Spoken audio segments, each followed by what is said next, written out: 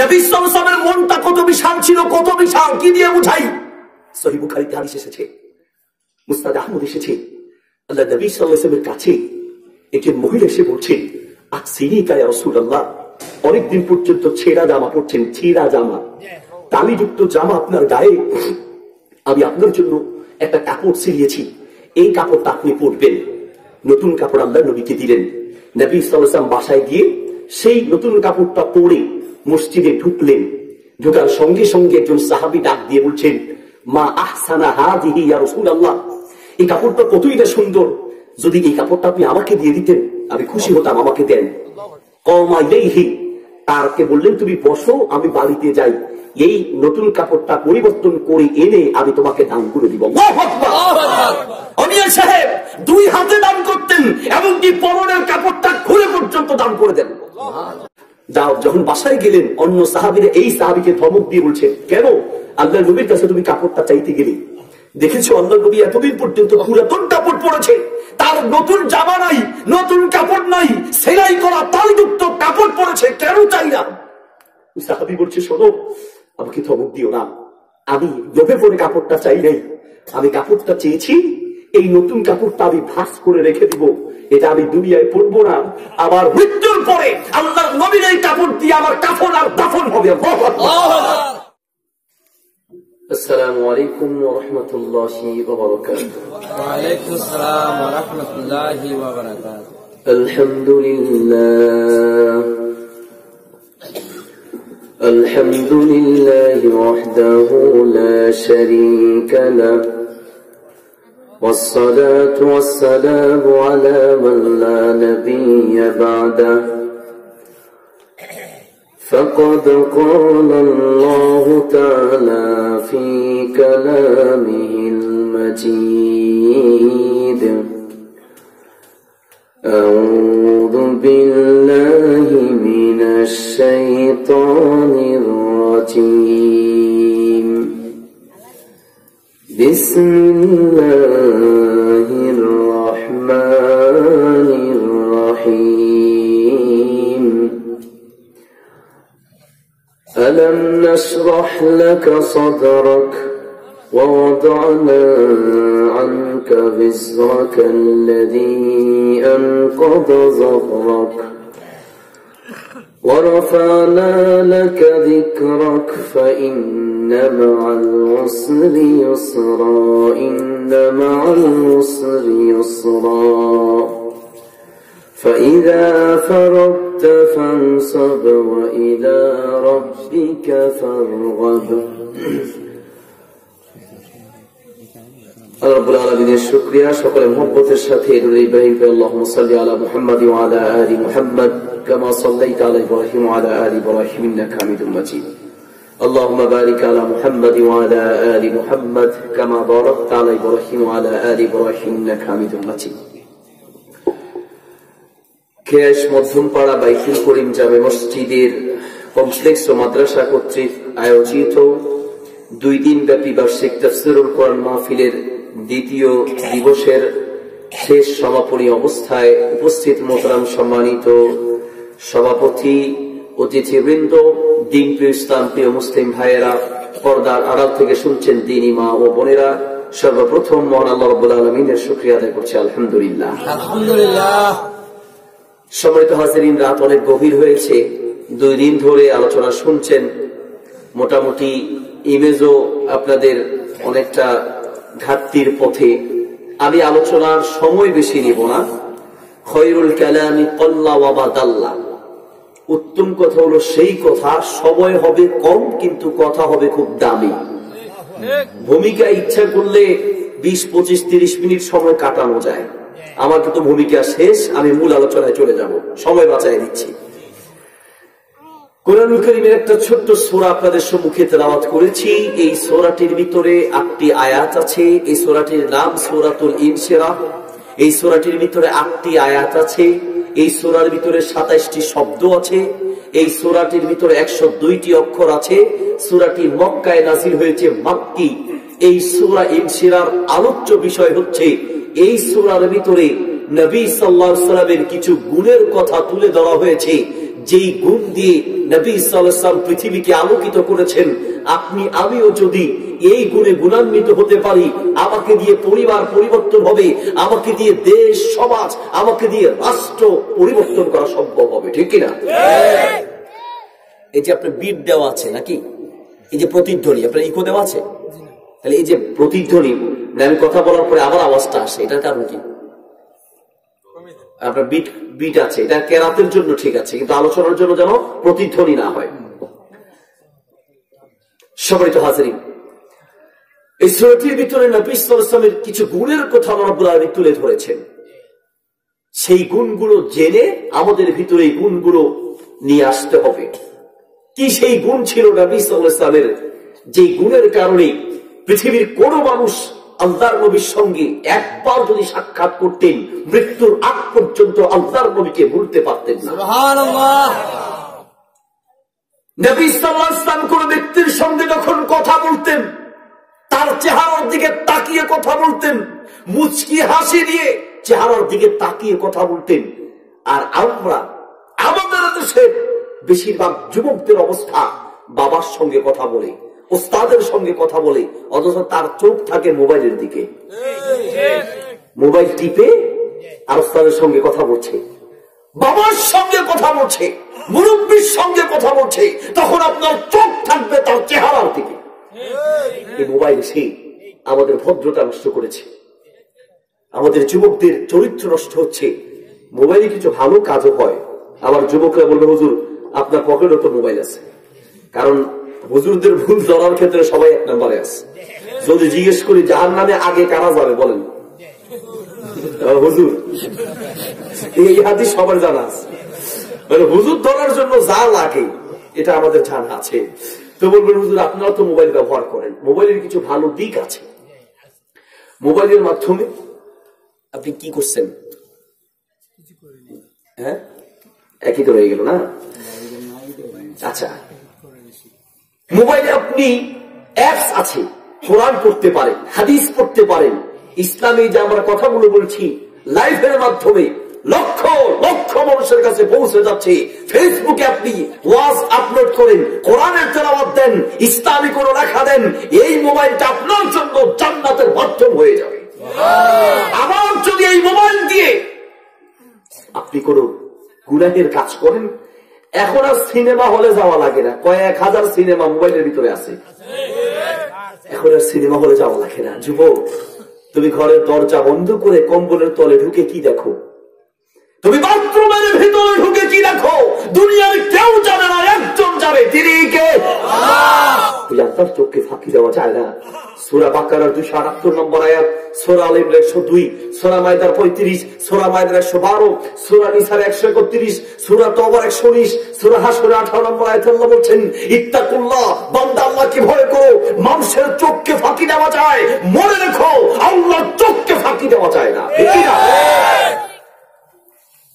আজ গোপন পাপ, সবচেয়ে বেশি পাপ চলছে এই মোবাইলের মাধ্যমে। অহরহ মিথ্যা কথা।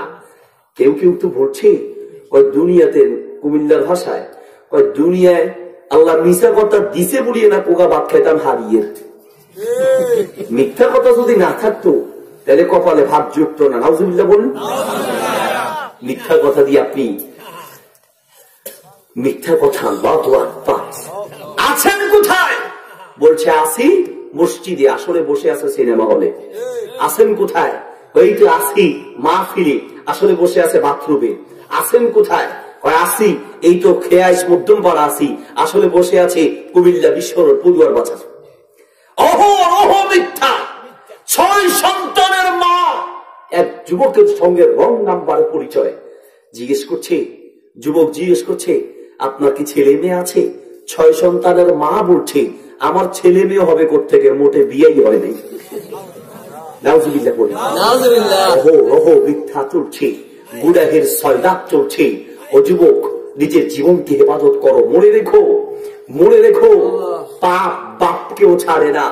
অন্যায় করবা, গুনাহের ভিতর লিপ্ত থাকবা, মনে রেখো দুনিয়ায় হোক আখিরাতে হোক আল্লাহর সামনে হিসাব দিতে হবে। ঠিক না? প্রিয় হাজির, বলতে যাচ্ছিলাম, নবী সাল্লাল্লাহু আলাইহি ওয়াসাল্লামের যে আখলাক ছিল, কোন মানুষ আসলে তার চেহারার দিকে তাকিয়ে কথা বলতেন, মুস্কি হাসি দিয়ে কথা বলতেন। আমাদের কিছু মানুষ আছে নোয়াখালীর ভাষায় বলে, হ্যাঁ বোম মারলেও মুখে দিয়ে হাসি বার হয় না, এঞ্জিনা মুয়া সন্ধ্যা মুখী, মানে দিনও না রাতও না, আছে কি নেই? নিয়ে এসে হে আল্লাহু আকবার, আমরা এমন দিন পেয়েছি, এমন নবী পেয়েছি, এমন ইসলাম পেয়েছি। নবী সাল্লাল্লাহু আলাইহি সাল্লাম বলেন, হাদিসটি তিরমিজিতে আছে, আত-তারগিব ওয়াত-তারহিব কিতাবে আছে, মিশকাতে আছে। আল্লাহর নবী বলছেন, ইন্না মিনাল মারুফি আন তালকাহা বিওয়াজহিন তালাকিন শরু। ইসলাম এমন একটি ধর্ম, যেই ধর্মের ভিতরে মুস্কি হাসি দিয়ে কথা বললেও প্রতি মুহূর্তে নেকি লেখা হয়। সুবহানাল্লাহ। মুস্কি হাসির ভিতরে সওয়াব আছে। তাহলে আজকে থেকে আমরা হাসি মুখে থাকবো। কিছু কিছু বাপ আছে বাহাদুরি দেখায়, আমি ঘরে গেলে আমার পোলারা ভয়ে কাঁপতে থাকে, এটা বাহাদুরি নয়। কিছু কিছু সন্তান মনে করে বাপ যখন ঘরে ঢুকে মনে করছে বাপ আসে নাই, বাঘ আসছে, বাঘ। এটা নবীর সুন্নত নয়। হাসি মুখে কথা বলবেন, মায়া করে কথা বলবেন। সন্তান আপনার সঙ্গে খেলবে, আপনার কাঁধে উঠবে, আপনার গায়ে প্রস্রাব করবে, আপনার কানের ছিদ্রে আঙুল ঢুকাবে, নাকের ছিদ্রে আঙুল ঢুকাবে, তখনই বুঝবেন যে আপনি আদর্শবান পিতা হতে পেরেছেন। সন্তান আপনার সঙ্গে খেলবে, আপনার আদর পাবে। গরম দেখায়া, রাগ দেখিয়ে, এটার নাম আদর্শ নয়। নবী সাল্লাল্লাহু আলাইহি ওয়াসাল্লাম কথা বলতেন মুস্কি হাসি দিয়ে। প্রিয় হাজরিন, এমন কিছু গুণের কথা সূরা ইনশিরার ভিতরে উল্লেখ আছে। আল্লাহ রাব্বুল আলামিন বলছেন, আলাম নাশরাহ লাকা সাদরাক, আলাম নাশরাহ লাকা সাদরাক। হে নবী, আমি আপনার অন্তরটাকে বিশাল করে দিয়েছি, আমি আপনার অন্তরটাকে বিশাল করে দিয়েছি। কত বিশাল, কত বিশাল!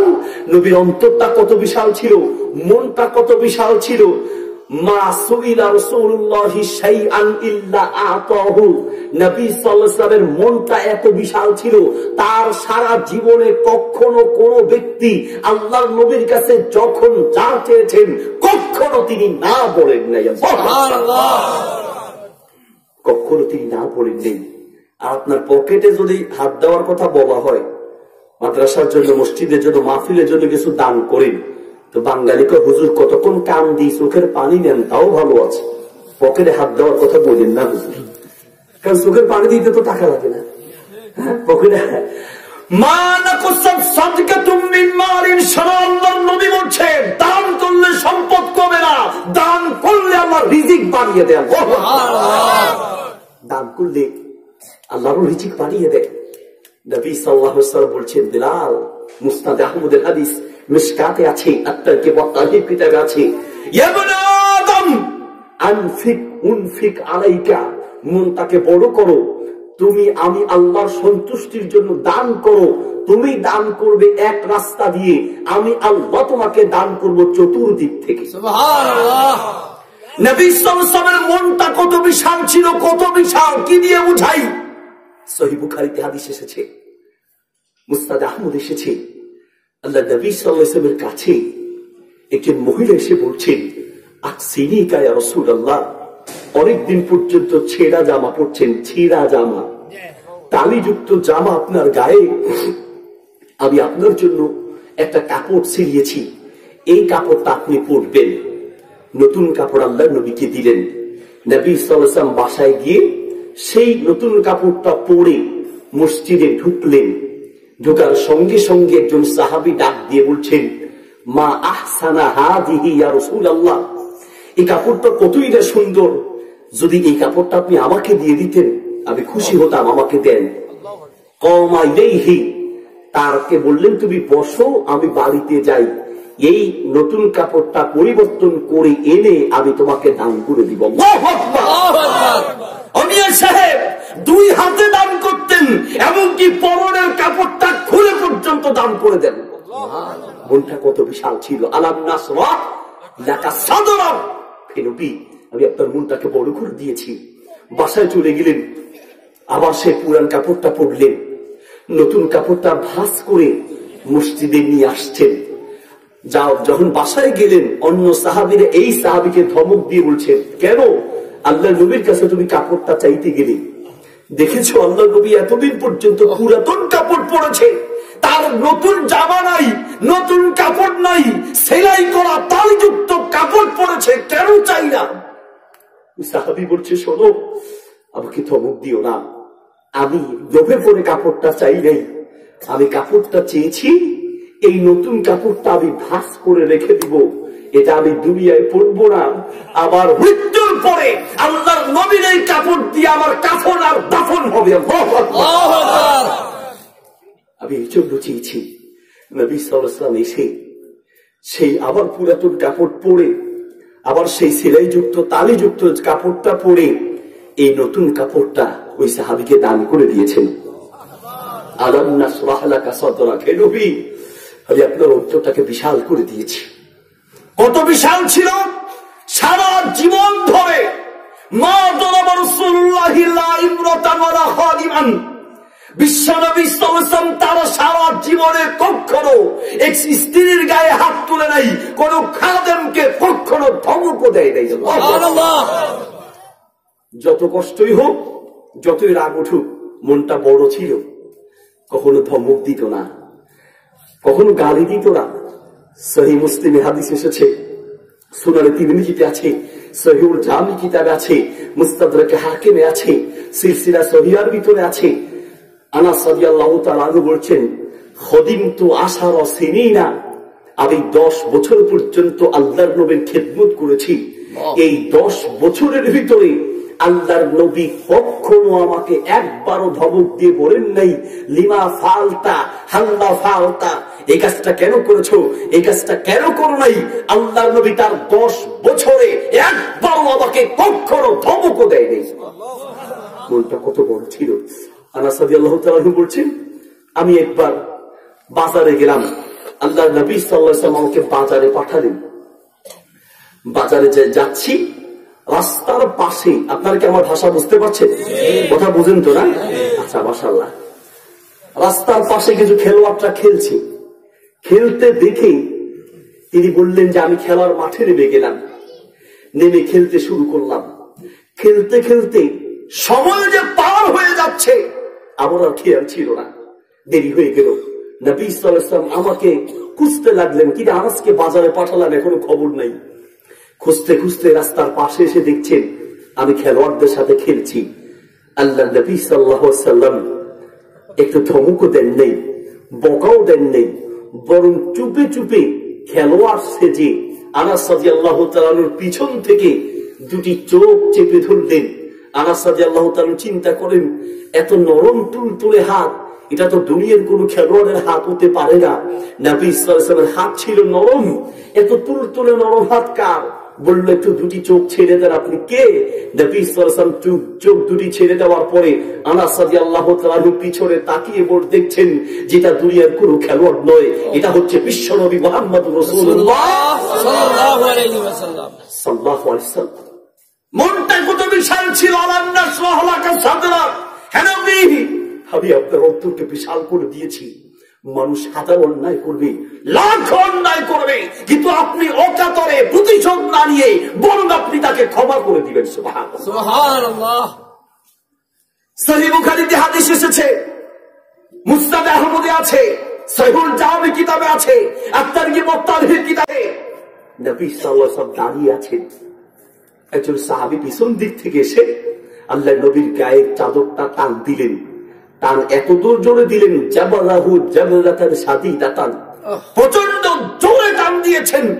লোকটাও বুঝতে পারেনি আল্লাহর নবী এত কষ্ট পাবেন, এত ব্যথা পেয়েছেন, পুরো গায়ের মধ্যে দাগ পুষে গিয়েছে। কষ্ট পেলেন, ব্যথা পেলেন। সুন্দর মানুষ ছিল, চেহারা লাল হয়ে গেল, টকটকে রক্ত বর্ণ হয়ে গিয়েছে। নবী সাল্লাল্লাহু আলাইহি ওয়াসাল্লাম ব্যথা পেলেন। ফালতাফাতা ইলাইহি ফাদহিকা, ইমিডিয়েট টান দিয়ে আল্লাহ নবীকে ব্যথা দিলেন।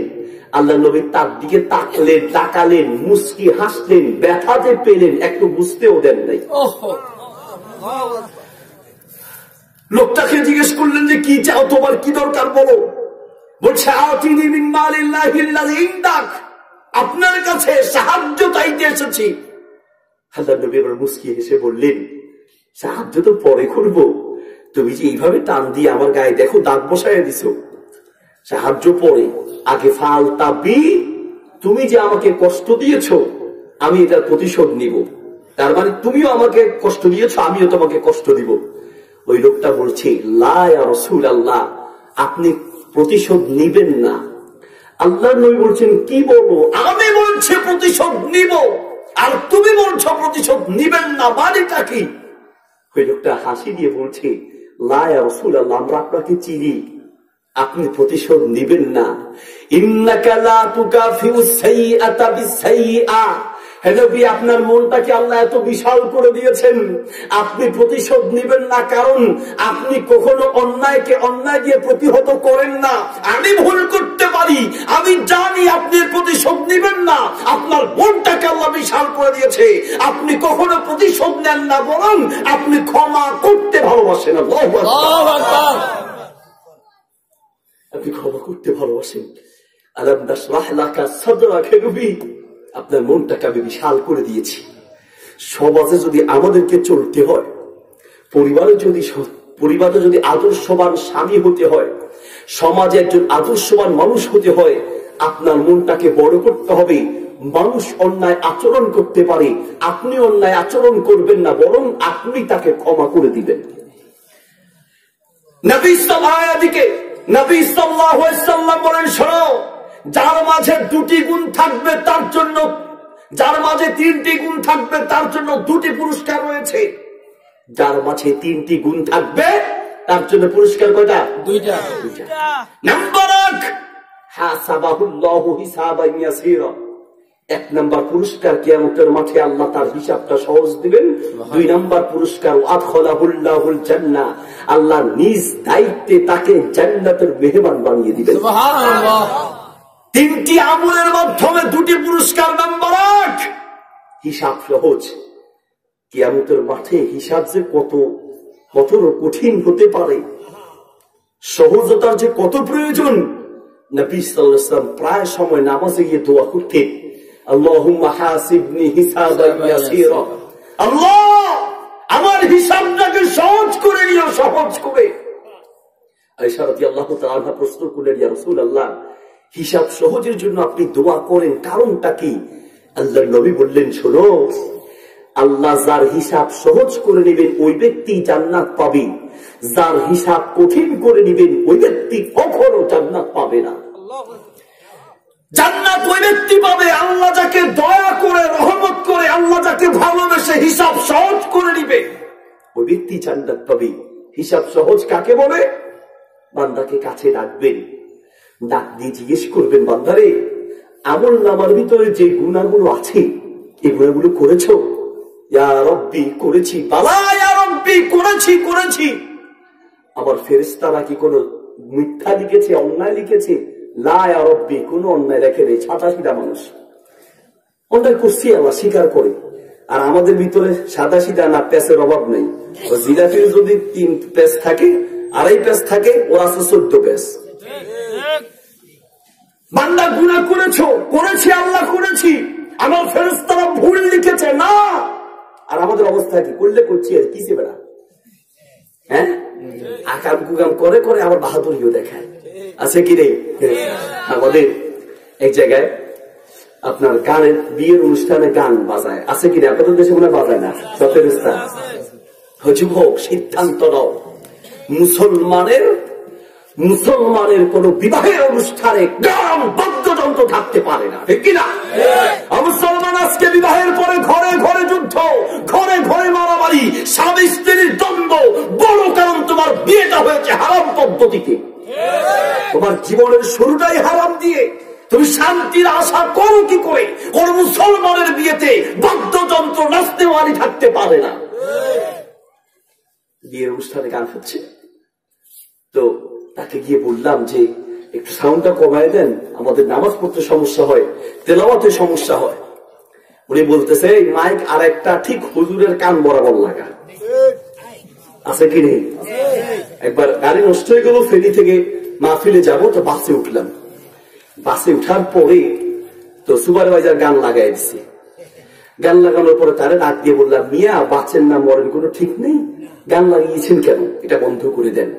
উনি আমার বলতেছে, হুজুর, প্যাসেঞ্জার আরো আছে, একটু দেখি প্যাসেঞ্জাররা কি বলে।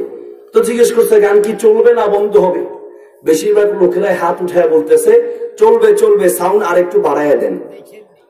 তো সুপারভাইজার আমাকে বলতেছে হুজুর হ্যাঁ জয়যুক্ত হয়েছে, হ্যাঁ জয়যুক্ত হয়েছে, তার মানে গান চলবে হুজুর, আমরা থাকলে থাকেন না থাকলে না থাকেন, কিন্তু বেশিরভাগ লোক যেহেতু গানের পক্ষে গান চলবে জোর করে। এই জন্যই নবী সাল্লাল্লাহু আলাইহি ওয়াসাল্লাম মিশকাতের 459 নম্বর পৃষ্ঠার হাদিসের ভিতরে বলেন ইয়াতি আলান নাসি সাবান আস-সাবিরু ফীহিম কাল কাবিদি আলাল জামা। এমন একটা যুগ আসবে, সেই যুগে নিজের ঈমান নিয়ে টিকে থাকা তেমন কষ্ট হবে, হাতের ভিতরে জ্বলন্ত আগুন ধরে রাখতে যেমন কষ্ট হয়। সেই যুগ আসবে, এসেছে, সেই যুগ চলছে, সেই যুগ চলছে। প্রিয় হাজরিন, লোকটা কত সাদা সিধা, কোনো তেরামি নেই, মনের ভিতরে কোনো প্যাস নাই। তুমি অন্যায় করেছো, করেছি আল্লাহ, এই গুনাহগুলো করেছো, করেছি আল্লাহ, এখন কি হবে তোমার শাস্তি? আল্লাহ তুমি যা বলো তা, আল্লাহ তোমার দয়া অপেক্ষায় আছি। আল্লাহ কাছে ডেকে বলবেন বান্দা এই গুনাহগুলো তোমার আছে, কিন্তু তুমি কিছু আমল করেছো, আমি আল্লাহ তোমাকে ভালোবাসি, আল্লাহু আকবার, আমার দয়া তোমার প্রতি আছে, তোমার কিছু আমলে আমি আল্লাহ খুশি, দুনিয়ায় এই গুনাহগুলো করেছো, আবার কান্না করে আমার কাছে ক্ষমা চেয়েছো, বান্দা তুমি এই গুনাহগুলো করেছো, আমি কাউকে বলি নাই, আজকে কিয়ামতের মাঠে বললে তুমি লজ্জা পাবা, এদিকে আসো, আমি আল্লাহ তোমাকে আমার দয়ায় গুনাহগুলোকে গোপন রেখে আমি আল্লাহ নিজ দায়িত্বে তোমাকে জান্নাতের মেহমান বানায় দিলাম। এর নাম হিসাব সহজ, এর নাম আল্লাহ আমাদের হিসাবটা সহজ করে দেব না। আমিন। হিসাব ইয়াসির, 1 নম্বর পুরস্কার কিয়ামতের মাঠে হিসাব সহজ হবে। 2 নম্বর পুরস্কার আদখালাহুল্লাহুল জান্নাহ, আল্লাহ জান্নাতের মেহমান বানিয়ে দিবেন। পুরস্কার কয়টা? 2টা। আমল হলো 3টা। কয়টা আমল? 3টা আমল। নাম্বার 1 তাসিলু মান কাতাকা, আত্মীয়ের সঙ্গে ভালো সম্পর্ক রাখা। আত্মীয়ের সঙ্গে ভালো সম্পর্ক মানে আত্মীয় সম্পর্ক ঠিক রাখা। যাদের সঙ্গে দেখা করা যায় তাদের সঙ্গে দেখা করবেন, খালা মামা চাচা ফুফু যারা আত্মীয় স্বজন আছে। আত্মীয় মানে আমরা আবার আত্মীয় শুনলে 1 নম্বরে চিন্তা করি আমার শালা শালি, বাপের খবর নাই, শ্বশুর শাশুড় মায়ের খবর নাই, শাশুড়ি নিয়ে নাচো, শ্বশুর শাশুড়ি খেদমত করো, অসুবিধা নাই, কিন্তু মনে রেখো তোমার শ্বশুর শাশুড়ি খেদমত করতে গিয়ে যদি তোমার বাপ আর মায়ের মনে কষ্ট যায়, মানে মা বাপের চেয়ে যদি শ্বশুর শাশুড়িকে প্রাধান্য দাও, এই দুনিয়াতে আল্লাহর গজবের অপেক্ষা করো। তোমার মা বাবা তোমার 1 নম্বরের আত্মীয়, আর মা বাপকেও বোঝা উচিত। বাপের কিছু মা বাবা আছে শ্বশুর বাড়িতে গেলেই তার মাথায় আগুন ধরে, শাশুড়ির জন্য কিছু নিলে মাথা আগুন ধরে। মা বাপেরও বোঝা উচিত শ্বশুর শাশুড়ি সেও তো একটা আত্মীয়, তারও তো খেদমতের প্রয়োজন আছে। কিছু ভাই আছে নিজের ভাইয়ের খবর নাই, শালা ছাড়া কিচ্ছু বুঝে না। কিছু ভাই বলে ভাই না হইলে যদি শালা হইতাম বহুত ভালো হইতো। কেন? ভাইয়ের জন্য কোনো খবর নাই, আর শালার জন্য দামি মোবাইল আনে, ল্যাপটপ আনে, দামি চার্জার আনে, ঠিক না? এই জন্য ভাই না হয়ে যদি শালা হইতাম ভালো হইতো। নাউজুবিল্লাহ বলে। বোন বলে বোন না হয়ে শালি হলে ভালো হইতো, কারণ অনেক দুলাভাই আছে বউ আমার যেমন তেমন, শালি আমার মনের মতন। নাউজুবিল্লাহ বলেন। সম্মানিত প্রিয় ভাই, বলতে যাচ্ছিলাম আত্মীয়র সঙ্গে সুসম্পর্ক। তোমার 1 নম্বর আত্মীয় তোমার মা, তোমার বাবা, তোমার ভাই, তোমার বোন, 1 নম্বর আত্মীয়। তারপরে তোমার শ্বশুর শাশুড়ি, তোমার শালা শালি, তারপরের কথা আত্মীয়র সঙ্গে ভালো সম্পর্ক। আমরা অনেকে আত্মীয়র সঙ্গে ভালো সম্পর্ক রাখি। কোন আত্মীয়? যার কাছে টাকা পয়সা আছে, অর্থ সম্পদ আছে, আছে কি নেই, তাদের সঙ্গে ভালো সম্পর্ক। আর গরিবগুলোর খবরে নেয় না। একসঙ্গে একই বিছানায় ঘুমিয়েছে, একই পুকুরে গোসল করেছে, একই সঙ্গে আড্ডা দিয়েছে, এখন আঙ্গুল ফুলে কলা গাছ হয়েছে, ভাইরে চিনে না, খালতো ভাই চিনে না, মামতো ভাই চিনে না, ফুফাতো ভাই চিনে না, আছে কি নেই? আঙ্গুল ফুলে কলা গাছ বুঝছেন? কোটিপতি উনি এখন টাকার গরমে চলে নিয়ে এসে এই পৃথিবীতে আল্লাহর গজব নাযিল হওয়ার বড় একটা কারণ হচ্ছে আত্মীয়র সঙ্গে সম্পর্ক ছিন্ন করা। কিছু ছেলের বাপ আছে বিয়াইদের ভিতরে, মেয়ের বাপ আর ছেলের বাপ 2 বিয়াই, মাথা একটু গরম বেশি থাকে কার? ছেলের বাপের। আমার দিছে আল্লাহ, ছেলের বাপ তো কথা কি তার, ছেলের বাপ তো। আর মেয়ের বাপ সবসময় মনটা নরম, কি করবে, মেয়ে জন্ম দিছে। এখন কত কথা তো শুনতে হয় ছেলের বাপ থেকে। ছেলের বাপেরা বাহাদুরি দেখায় না। সাহেব, একটা মেয়ের বাপের যেই পরিমাণ সম্মান ইসলাম দিয়েছে, শত ছেলের বাপের সম্মান সেই পরিমাণ নয়।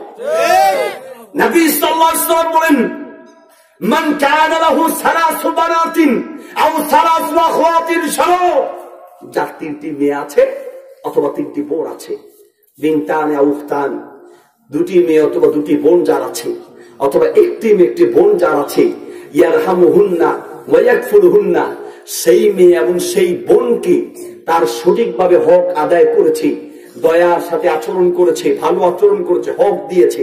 অনেক ভাই আছে বোনের হক দেয় না, অনেক বোন আছে ভাইয়ের হক দেয় না, অনেক ভাই আছে ভাইয়ের হক দেয় না। মিয়া সাহেব শোনো, কান খুলে শুনে রাখো, পৃথিবীতে কিছু কারণে পৃথিবীতে গজব নাজিল হয়, কিছু পাপের শাস্তি আল্লাহ আখিরাতে দেন, আর কিছু পাপের শাস্তি দুনিয়াতে দেন।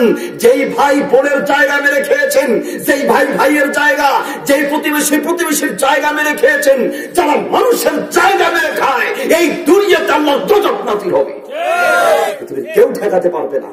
কাজেই সাবধান হয়ে যান। নিজের যার একটি বোন অথবা একটি মেয়ে আছে, এগুলোর হক আদায় করে সঠিকভাবে লালন পালন যে ব্যক্তি করে, আল্লাহর নবী সাল্লাল্লাহু আলাইহি ওয়াসাল্লাম বলেন, সিরফাম মিনান নার, এই মেয়ে এই বোন তার জন্য জাহান্নামের প্রতিবন্ধক হবে, জান্নাতে যাওয়ার মাধ্যম হয়ে যাবে। সুবহানাল্লাহ। মেয়ের ব্যাপারে যে ফজিলতের কথা বলা হয়েছে, 100 ছেলের ব্যাপারে সেই ফজিলতের কথা নাই, অন্য ফজিলত আছে। বলতে যাচ্ছিলাম, অনেক ক্ষেত্রেই ছেলের বাপেরা কিচ্ছু হলেই সম্পর্ক রাখবো না, যাবো না, ফোন দিব না, আছে কি নেই?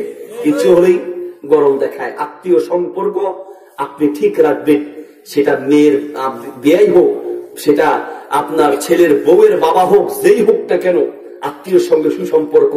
তবে কিছু আত্মীয় থেকে দূরে থাকা জায়েজ আছে, তবে কমপক্ষে বাল্লু বিহা ওয়ালাউ বিসালাম, সালাম দিয়ে হলেও সম্পর্ক রাখবেন। কিন্তু যদি এমন আত্মীয় হয় গাঞ্জাখোর মদখোর, আপনি তার সঙ্গে কথা বলতে গেলে 1 দিন 2 দিন 3 দিনের দিন আপনার মুখেও গাঁজা উঠিয়ে দিবে, আপনাকেও মদের বোতল ধরিয়ে দিবে। যদি এইরকম হয়, ওই আত্মীয় থেকে দূরে থাকাটাই উচিত। শুধুমাত্র দেখা হলে আসসালামু আলাইকুম, আর বেশি সামনে যাবেন না, আর বেশি গেলে আপনাকে ধরে জায়গা মতো নিয়ে যাবে। এইরকম যদি হয় যে তার সঙ্গে মিলতে গেলে আপনি খারাপ হয়ে যাওয়ার সম্ভাবনা আছে, তবুও সালাম দিয়ে সম্পর্ক রাখতে হবে। 3টি গুণের মাধ্যমে, 3টি আমলের মাধ্যমে 2টি পুরস্কার। 1, কিয়ামতের মাঠে হিসাব সহজ। 2, জান্নাতের মেহমানদারি। 3টি আমলের মাধ্যমে। নাম্বার 1, তাসিরুবান কতাকা, আত্মীয়ের সঙ্গে সুসম্পর্ক রাখা। নাম্বার 2, তুতি মান হারামাক, আপনাকে না দিলেও আপনি দিবেন, আপনাকে না দিলেও আপনি দিবেন। আমরা ওরা উল্টা, অমুকের মাইয়ার বিয়ে দিছে, আমারে দাওয়াত দেয় নাই, আমার পোলার বিয়ে আমার কি কুত্তায় কামড়াইছে, ওরা দাওয়াত দিব, 14 গোষ্ঠীর কারণে দাওয়াত দিব, আমার যেহেতু দেয় নাই আমিও। এটা ইসলাম শিখায় না। ইসলাম শিখায় সে দেয় নাই, ভুলে গিয়েছে, সে দেয় নাই, অহংকার করেছে। কিন্তু আমি অহংকার করবো না, আমি তাকে খাওয়াবো। তোমাকে না খাওয়ালেও তুমি খাওয়াও। কিছু যুবক আছে চা দোকানে যায়, নাস্তা করতে যায়, কাবাব খাবে, হালিম খাবে, যাওয়ার সময় বন্ধু কারে নেয়, যেটা আজকে আমি খাওয়াইলে কালকে সে আমারে আবার খাওয়াবে। যেটা গরিব আছে তার সাথে দেয় না। আবার কিছু যুবক, কার কথা বলবো, কিছু বন্ধু আছে কিপটার বংশধর, হার কিপটা, হার কিপটা বুঝেন, খাওয়ার সময় এসকাইয়া খাবে, আর ক্যাশে যাওয়ার আগে টাকা যা আছে মানিব্যাগ থেকে আলাদা করে তলের পকেটে ঢুকাইয়া ক্যাশের সামনে গিয়ে বলবে, দোস্ত দেখ টাকা নেই। টাকা তো ঠিকই আছে, কোথায়? তলের পকেটে। এরকম কিছু কিপটা আছে। আল্লাহ নবী সাল্লাল্লাহু আলাইহি ওয়াসাল্লাম বলেন, ফেরেশতা প্রথম আসমানে এসে প্রতিদিন বদদুয়া করতে থাকে, আল্লাহ যারা কৃপণতা করে তাদেরকে ধ্বংস করো। ছাত্র জীবনে দেখেছি যে ছাত্রগুলো ছাত্র জীবনে কৃপণতা করেছে, তারা শিক্ষক জীবনে উন্নত হতে পারে নাই, কৃপণতা তাকে ধ্বংস করেছে। 2 হাত খুলে দান করবেন, খরচ করবেন, খাওয়াবেন, মানুষকে খাওয়াবেন, আল্লাহ আপনাকে বরকত দিবে। তবে ভালো মানুষকে খাওয়াবেন যেন তার কলিজা আপনার জন্য দোয়া করে। 3টি গুণের মাধ্যমে 2টি পুরস্কার। 3টি গুণের 1, তাসিরুবান কতাকা, আত্মীয়ের সঙ্গে ভালো সম্পর্ক। নাম্বার 2, তুতি মান হারামাকা, আপনাকে না দিলেও আপনি দিবেন, আপনাকে না খাওয়ালে আপনি খাওয়াবেন। নাম্বার 3 নম্বর গুণ হচ্ছে ওয়াতাফু আম্মান সালামান, আপনার উপরে জুলুম করলে আপনি প্রতিশোধ নেবেন না, বরং ক্ষমা করে দিবেন। সুবহানাল্লাহ। এই গুণটি বড় কঠিন। আপনার সঙ্গে অন্যায় আচরণ করেছে, ক্ষমা করে দিবেন, এত সোজা নয়। এই আখলাক নববী আদর্শ, এই আখলাক বিশ্ব নবী মুহাম্মদুর রাসূলুল্লাহ সাল্লাল্লাহু আলাইহি ওয়াসাল্লাম আখলাক। আর আমাদের স্বভাব হচ্ছে বাচ্চাকে শিখায় দেয়, বাবা তোরে মারলে তুইও মার, না পারলে পাথর মার। তবু মায়ের বন্ধ নেই, মায়ের উপরে আবার মায়ের চলবো। এটা হলো আমাদের স্বভাব। ইসলাম শিখায় তোমার উপরে জুলুম করেছে, তুমি জুলুম করবা না, বরং তুমি ক্ষমা করে দিবা, কিয়ামতের মাঠে আল্লাহর ক্ষমা পাবা। তুমি ক্ষমা করে দিবা, কিয়ামতের মাঠে আল্লাহ নিজ দায়িত্বে জান্নাতের মেহমান বানায় দিবে। সুবহানাল্লাহ। ক্ষমা করো।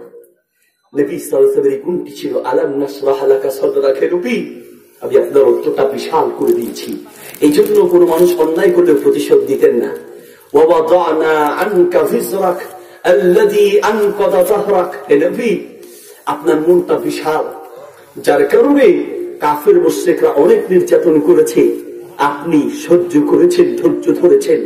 উম্মতের জন্য উম্মত কত অন্যায় করেছে, আপনি উম্মতের জন্য বদদোয়া করেন নাই, বরং মনটা খুলে উম্মতের জন্য দোয়া করেছেন। আল্লাহু আকবার, আল্লাহু আকবার। হে নবী আপনার সেই কষ্ট আমি কমিয়ে দিব। কি সেই কষ্ট? বিশ্বনবী সাল্লাল্লাহু আলাইহি ওয়াসাল্লামের সারা জীবনের সবচেয়ে বেশি কষ্ট ছিল উম্মতের জন্য কষ্ট, ঠিক কি না?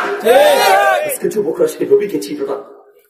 তাকে চিনে রোনালদো, মেসি, সাদোকাই সেলুন দোকানে গিয়া চুল কাটে, রোনালদোর স্টাইলে চুল, মেসির স্টাইলে চুল কাটে। বিভিন্ন নায়কদের ছবি ঝুলানো থাকে, এক মাসে গিয়ে এক এক নায়ককে দেখায়, বলে এবার এই কাটিং দেন, ওই দিন আরেকবার গিয়ে আমার লেয়ার কাটিং দেন, আরেকবার বলে আমার মেসির কাটিং দেন, আরেকবারে বলে ইন্ডিয়ান ওই নায়কের কাটিং দাও দেন। মুসলমান যুবক শোনো, কোন নায়ক তোমার আদর্শ হতে পারে না, কোন খেলোয়াড় তোমার আদর্শ হতে পারে না। তোমার আদর্শ হবে সেই নবী, যেই নবী তোমার জন্য সারা জীবন কেঁদেছে, ঠিক না? আদর্শ বানাও। তোমার প্যান্টটা তুমি কার স্টাইলে পড়ছো, চুলটা কার স্টাইলে কাটছো। কিছু যুবকরা দেখবেন সহিহ বুখারীতে হাদিস আছে, 963 নম্বর পৃষ্ঠায় একটি হাদিস রয়েছে। নবী সাল্লাল্লাহু আলাইহি ওয়াসাল্লাম বলেন, নাহা রাসূলুল্লাহ আনিল কযা। আল্লাহর নবী কযা পদ্ধতিতে চুল কাটতে নিষেধ করেছেন। কযা পদ্ধতি কাকে বলে? কযা পদ্ধতি হলো মাথার মাঝখানে চুল রেখে চারপাশে গোল করে ছোট করে কামিয়ে ফেলে। চুল মাঝখানে বেশি আর চারপাশে একদম ছোট করে নাই। আরো সহজে বুঝবেন কযা পদ্ধতি কাকে বলে। ছোটবেলায় আমরা দেখছি মুরগি চুরি করতে যায় যদি কেউ ধরা পড়তো, হাঁস চুরি আর ডিম চুরিতে যদি ধরা পড়তো, তো এখানে কুমিল্লার ভাষায় ছেঁচড়া চোর, ছেঁচড়া চোর। তো ছেঁচড়া চোরের শাস্তি কি? চুল কিছু কাটে কিছু রাখে। তো চুল কিছু কাটে কিছু রাখে, আমাদের যুবকদের স্টাইল হয়েছে সেই ছেঁচড়া চোরের স্টাইল। নবী সাল্লাল্লাহু আলাইহি ওয়াসাল্লামের স্টাইলে চুল কাটবা, কিছু বড় আর কিছু ছোট থাকবে, এটা রাসূলুল্লাহর স্টাইল নয়, ঠিক কি না? 100 বার করে রাখবা। মুসলমান কি দিয়ে তোমাকে বুঝাই? তোমার প্যান্ট কত রঙের প্যান্ট বাইর হয়েছে, কষ্ট হচ্ছে আপনাদের? মাঝে মধ্যে একটু রসকস দেওয়া লাগবে, নাহলে আমি ওয়াজ করবো, আপনি আল্লাহুম্মা বিসমিকা আমুতু ওয়া আহিয়া, আমি ওয়াজ করে মুখের ঘাম দিয়া বুক ভিজাবো, আর আপনি ঘুমাইয়া মুখের লালা দিয়া বুক ভিজাবেন। এজন্য মাঝে মধ্যে রসকস দিতে হবে। সম্মানিত প্রিয় হাজরিন, মাহফিলে যাচ্ছি তো প্রাইভেট আবার গাড়িটা থামিয়ে ড্রাইভারকে বললাম চলেন নামাজ পড়বো। নামাজ পড়ার জন্য মসজিদে ঢুকবো। ঢুকার সময় এক যুবক দৌড় দিয়ে সে বলছে, হুজুর ভিতরে যায়েন না। কেন? গেলে হুজুর আপনি নামাজ পড়তে পারবেন না। কি বলেন? জামাত চলতেছে, নামাজ পড়তে পারবো না মানে কি? সরমিয়া। তার সরাইয়া ভিতরে ঢুকে গেলাম। ঢুকে দেখলাম যে ঠিক যেই জায়গায় গিয়ে আমরা দাঁড়াবো তার সামনের কাতারে এক যুবক সেজদায় গেছে। ও যখন সেজদায় গেছে, ও গেছে এক সেজদায়, ওর প্যান্ট গেছে আরেক সেজদায়। ও আছে বাংলাদেশে, ওর প্যান্ট গেছে ইন্ডিয়া, মাঝখানে তারের বেড়া। কথা মনে বুঝেন নেই? এমন সিবা প্যান্ট পরছে, ওই প্যান্ট পরে ও সেজদা দিতে পারে না, সেজদা দিয়ে ও রঙ্গ হয়ে যায়, ঠিক কিনা? আবার এমন প্যান্ট পরে বসে প্রস্তাব করতে পারে না। একজন আমার মাসালা জিজ্ঞাসা হুজুর বলেন তো, আমার এক বন্ধু এমন এক জায়গায় গেছি, ওর হলো সিবা প্যান্ট, তো তারপর এই প্যান্টটা পরে বসে প্রস্তাব করতে পারে না, তাই প্যান্টে লাগে। আর দাঁড়িয়ে প্রস্তাব করলে সুন্নতের খেলা হয়। এখন কি করবে বলেন? মাসালা বুঝছেন? আজকের না মাসালা। বসে প্রস্তাব করলে প্যান্টে লাগে, আর দাঁড়িয়ে প্রস্তাব করলে সুন্নতের খেলাফ হয়। এখন কি করবে? আমি বললাম বুদ্ধি হলো একটা, কি? দোকানে যাবেন, যাই একটা সুই নিবেন, সুইটা নিয়ে ওই যে আপনার বন্ধু তার প্রাণের উপরে খালি খোঁচাবেন। যখন দেখবেন যে প্যান্টটা খুলে ফেলছে তখন আর মাসালার দরকার নেই। হুজুর কি জবাব দিলেন? বললাম যেমন কুকুর তেমন কুকুর। আপনার বন্ধুকে জিজ্ঞেস করেন তো, টাকা দিয়া প্যান্ট কিনে এই জেলখানায় আমরা ঢুকতে বলছে কি? ও টাকা দিয়া প্যান্ট কিনে এমন জেলখানায় ঢুকলো, বসে প্রস্রাব করতে পারে না, তোমার এই প্যান্ট কিনতে বলছে কি? সমাজপ্রিয় যুবক ভাই, তোমাকে বলছি, তোমার জন্য যেই নবী সারা জীবন তোমার জন্য কেঁদেছেন, সারা জীবন কষ্ট করেছেন, সেই নবীর আদর্শে আদর্শবান হওয়া, ঠিক কিনা? সারা জীবন কার জন্য কষ্ট করেছেন অন্তরটা নরম করে দিয়ে শুনতে হবে। আল্লাহু আকবার। নবী সাল্লাল্লাহু আলাইহি ওয়াসাল্লাম চোখের পানি ফেলে কাঁদছেন, বুক ভেসে যাচ্ছে। আল্লাহ রাব্বুল আলামিন জিবরিলকে ডাকলেন। সহিহ বুখারীর হাদিস, ইয়া জিবরিল ইযহাব ইলা মুহাম্মাদিন ফাসালহু মা ইউবকিকা, যাও। আমার নবী কাঁদছে, আমার নবীকে গিয়ে প্রশ্ন করো কেন কাঁদছে, কি লাগবে আমার নবীর, লাগবেটা কি? জিবরিল, আমি আল্লাহর পক্ষ থেকে, তুমি তাড়াতাড়ি যাও আমার নবীকে জিজ্ঞেস করো আমার নবী কেন কাঁদছে। আমার নবী যা চাইবে আমি আল্লাহ তাই দান করবো। যদি সেই দিন চাইতেন সারা পৃথিবী আল্লাহ স্বর্ণ দিয়ে ভরায় দাও, তাও দিতেন। যদি হীরা মণিমুক্তা চাইতেন, তাও দিতেন। কিন্তু দুনিয়ার সম্পদ তিনি চান নাই, দুনিয়ার সুখ চান নাই, বরং সারা জীবন কষ্ট করেছে। নবী সাল্লাল্লাহু আলাইহি ওয়াসাল্লাম দুনিয়া থেকে বিদায় হওয়ার পরে আবু হুরায়রা রাদিয়াল্লাহু তাআলা আনহু একটা বিয়ের দাওয়াতে গেলেন। যাওয়ার পরে তার সামনে রুটি দেওয়া হলো, গোস্ত দেওয়া হলো। তিনি রুটি আর গোস্তর দিকে তাকিয়ে চোখের পানি দরদর করে ছেড়ে দিলেন। আশেপাশে সাহাবীরা জিজ্ঞেস করলেন, কেন কাঁদছেন? খাচ্ছেন না কেন? বলছে, এই গোস্ত আর রুটি আমার পেটে যাবে না। কি হয়েছে? বলছে, শোনো, এই রুটি গোস্ত আমার পেটে ঢুকবে না, আমি খেতে পারবো না। কারণ বলছে, আমি সেই নবীর সঙ্গে সারা জীবন কাটিয়েছি, যেই নবী তার উম্মতের টেনশন করতে করতে সারা জীবনে এইরকম একটু ভালো গোস্ত আর রুটি খাইতে পারে নাই। আমি কি করে আমার পেটে ঢুকাই? আমিও খেতে পারবো না। সিয়াবে আবি তালেবের ভিতরে মক্কার কাফের মুশরিকরা আটক করে রেখেছে। 3 বছর পর্যন্ত জেলখানার মতো সেই পাহাড়ের গুহার ভিতরে কাটিয়েছে। 3 বছর পর্যন্ত খানা পায় নাই। কি খেয়েছে? গাছের পাতা, গাছের পাতা খেয়ে জীবন কাটিয়েছে।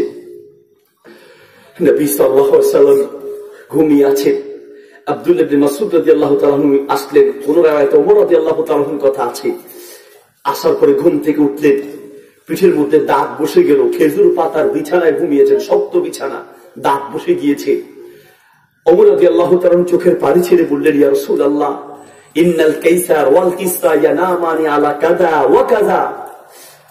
রোম পারস্যের বাদশারা কত নরম নরম ভালো বিছানায় ঘুমায়, আর আপনি এত কষ্ট করছেন। যদি আমাদেরকে বলতেন, আমরাও তো একটা নরম বিছানার ব্যবস্থা করতাম, কেন তো কষ্ট করেন? আল্লাহ নবী বললেন, ওমর, মা লি ওয়ালিদ দুনিয়া, ওমর, দুনিয়ার সঙ্গে আবার কি সম্পর্ক? আমি দুনিয়ার আরামায়েশের জন্য আসি নাই, আমি এসেছি আখিরাতের জন্য। আমি দুনিয়ার আরামায়েশের জন্য আসি নাই।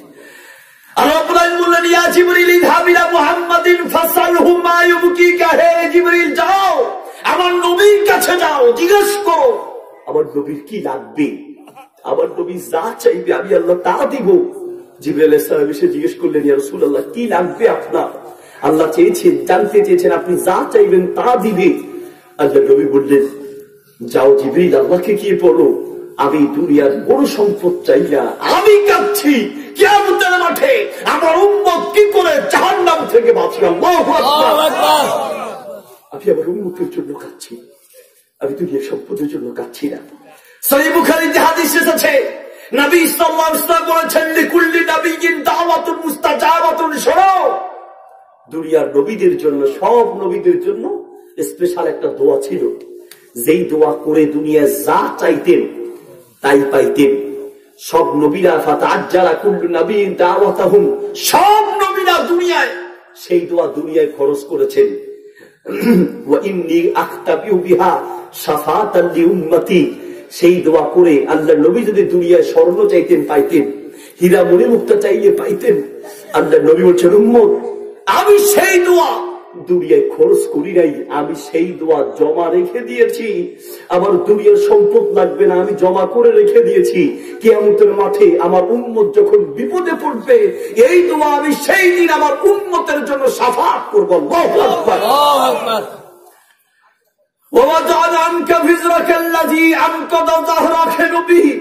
আপনি উম্মতের জন্য যে কষ্ট করেছেন, সেই কষ্ট আমি কমিয়ে দিচ্ছি। কি আপনার উম্মত যদি শিরিক থেকে মুক্ত থাকে, আপনার উম্মত যদি শিরিক থেকে মুক্ত থাকে আর আপনি নবীকে অনুসরণ করে, আমি আল্লাহ নিজ দায়িত্বে তাদের ভুল ত্রুটি ক্ষমা করে, আমি আল্লাহ নিজ দায়িত্বে তাদেরকে জান্নাতের মেহমান বানিয়ে দিব। সুবহানাল্লাহ।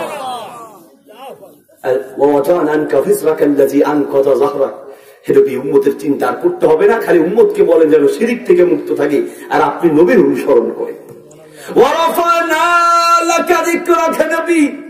আপনি দুনিয়ায় উম্মতের জন্য কষ্ট করেছেন, দ্বীনের জন্য কষ্ট করেছেন, রক্তাক্ত হয়েছেন। আমি আল্লাহ দুনিয়ায় আপনার একটা পুরস্কার দিচ্ছি। কি?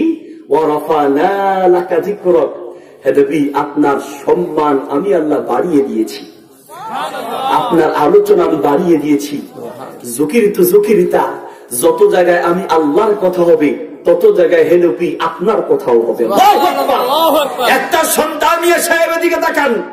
আপনার আলোচনা কি শেষ করে দিব? চলবে ইনশাল্লাহ? থাকবেন তো? কেউ উঠবেন না ভাই, আমি অল্প সময় শেষ করে দিব। প্রস্রাব পায়খানা 2-4 দিন না করলে কি হয়? 2-4 দিন প্রস্রাব পায়খানা না করলে কি হয়? আচ্ছা, আমি যদি আপনাদেরকে বসায় রেখে আমি প্রস্রাব করতে যাই, আপনারা রাগ করবেন না? বলবেন বক্তারে আনছি ওয়াজ করতে, উনি যায় প্রস্রাব করতে।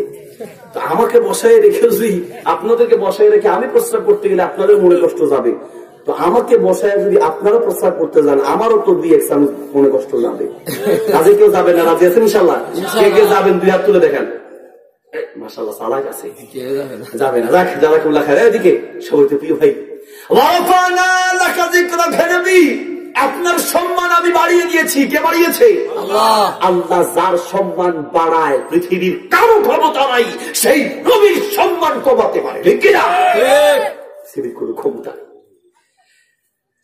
যার সম্মান আল্লাহ বাড়িয়েছে, কেউ যদি সেই নবীকে অপমান করে, আখিরাতে নয় এই দুনিয়াতে গজব নাযিল হবে। এই দুনিয়াতে আপনি বলবেন হুজুর আমরা আলহামদুলিল্লাহ ভালো, আমরা নবীকে অপমান করি না। আপনিও নবীকে অপমান করছেন। কিভাবে?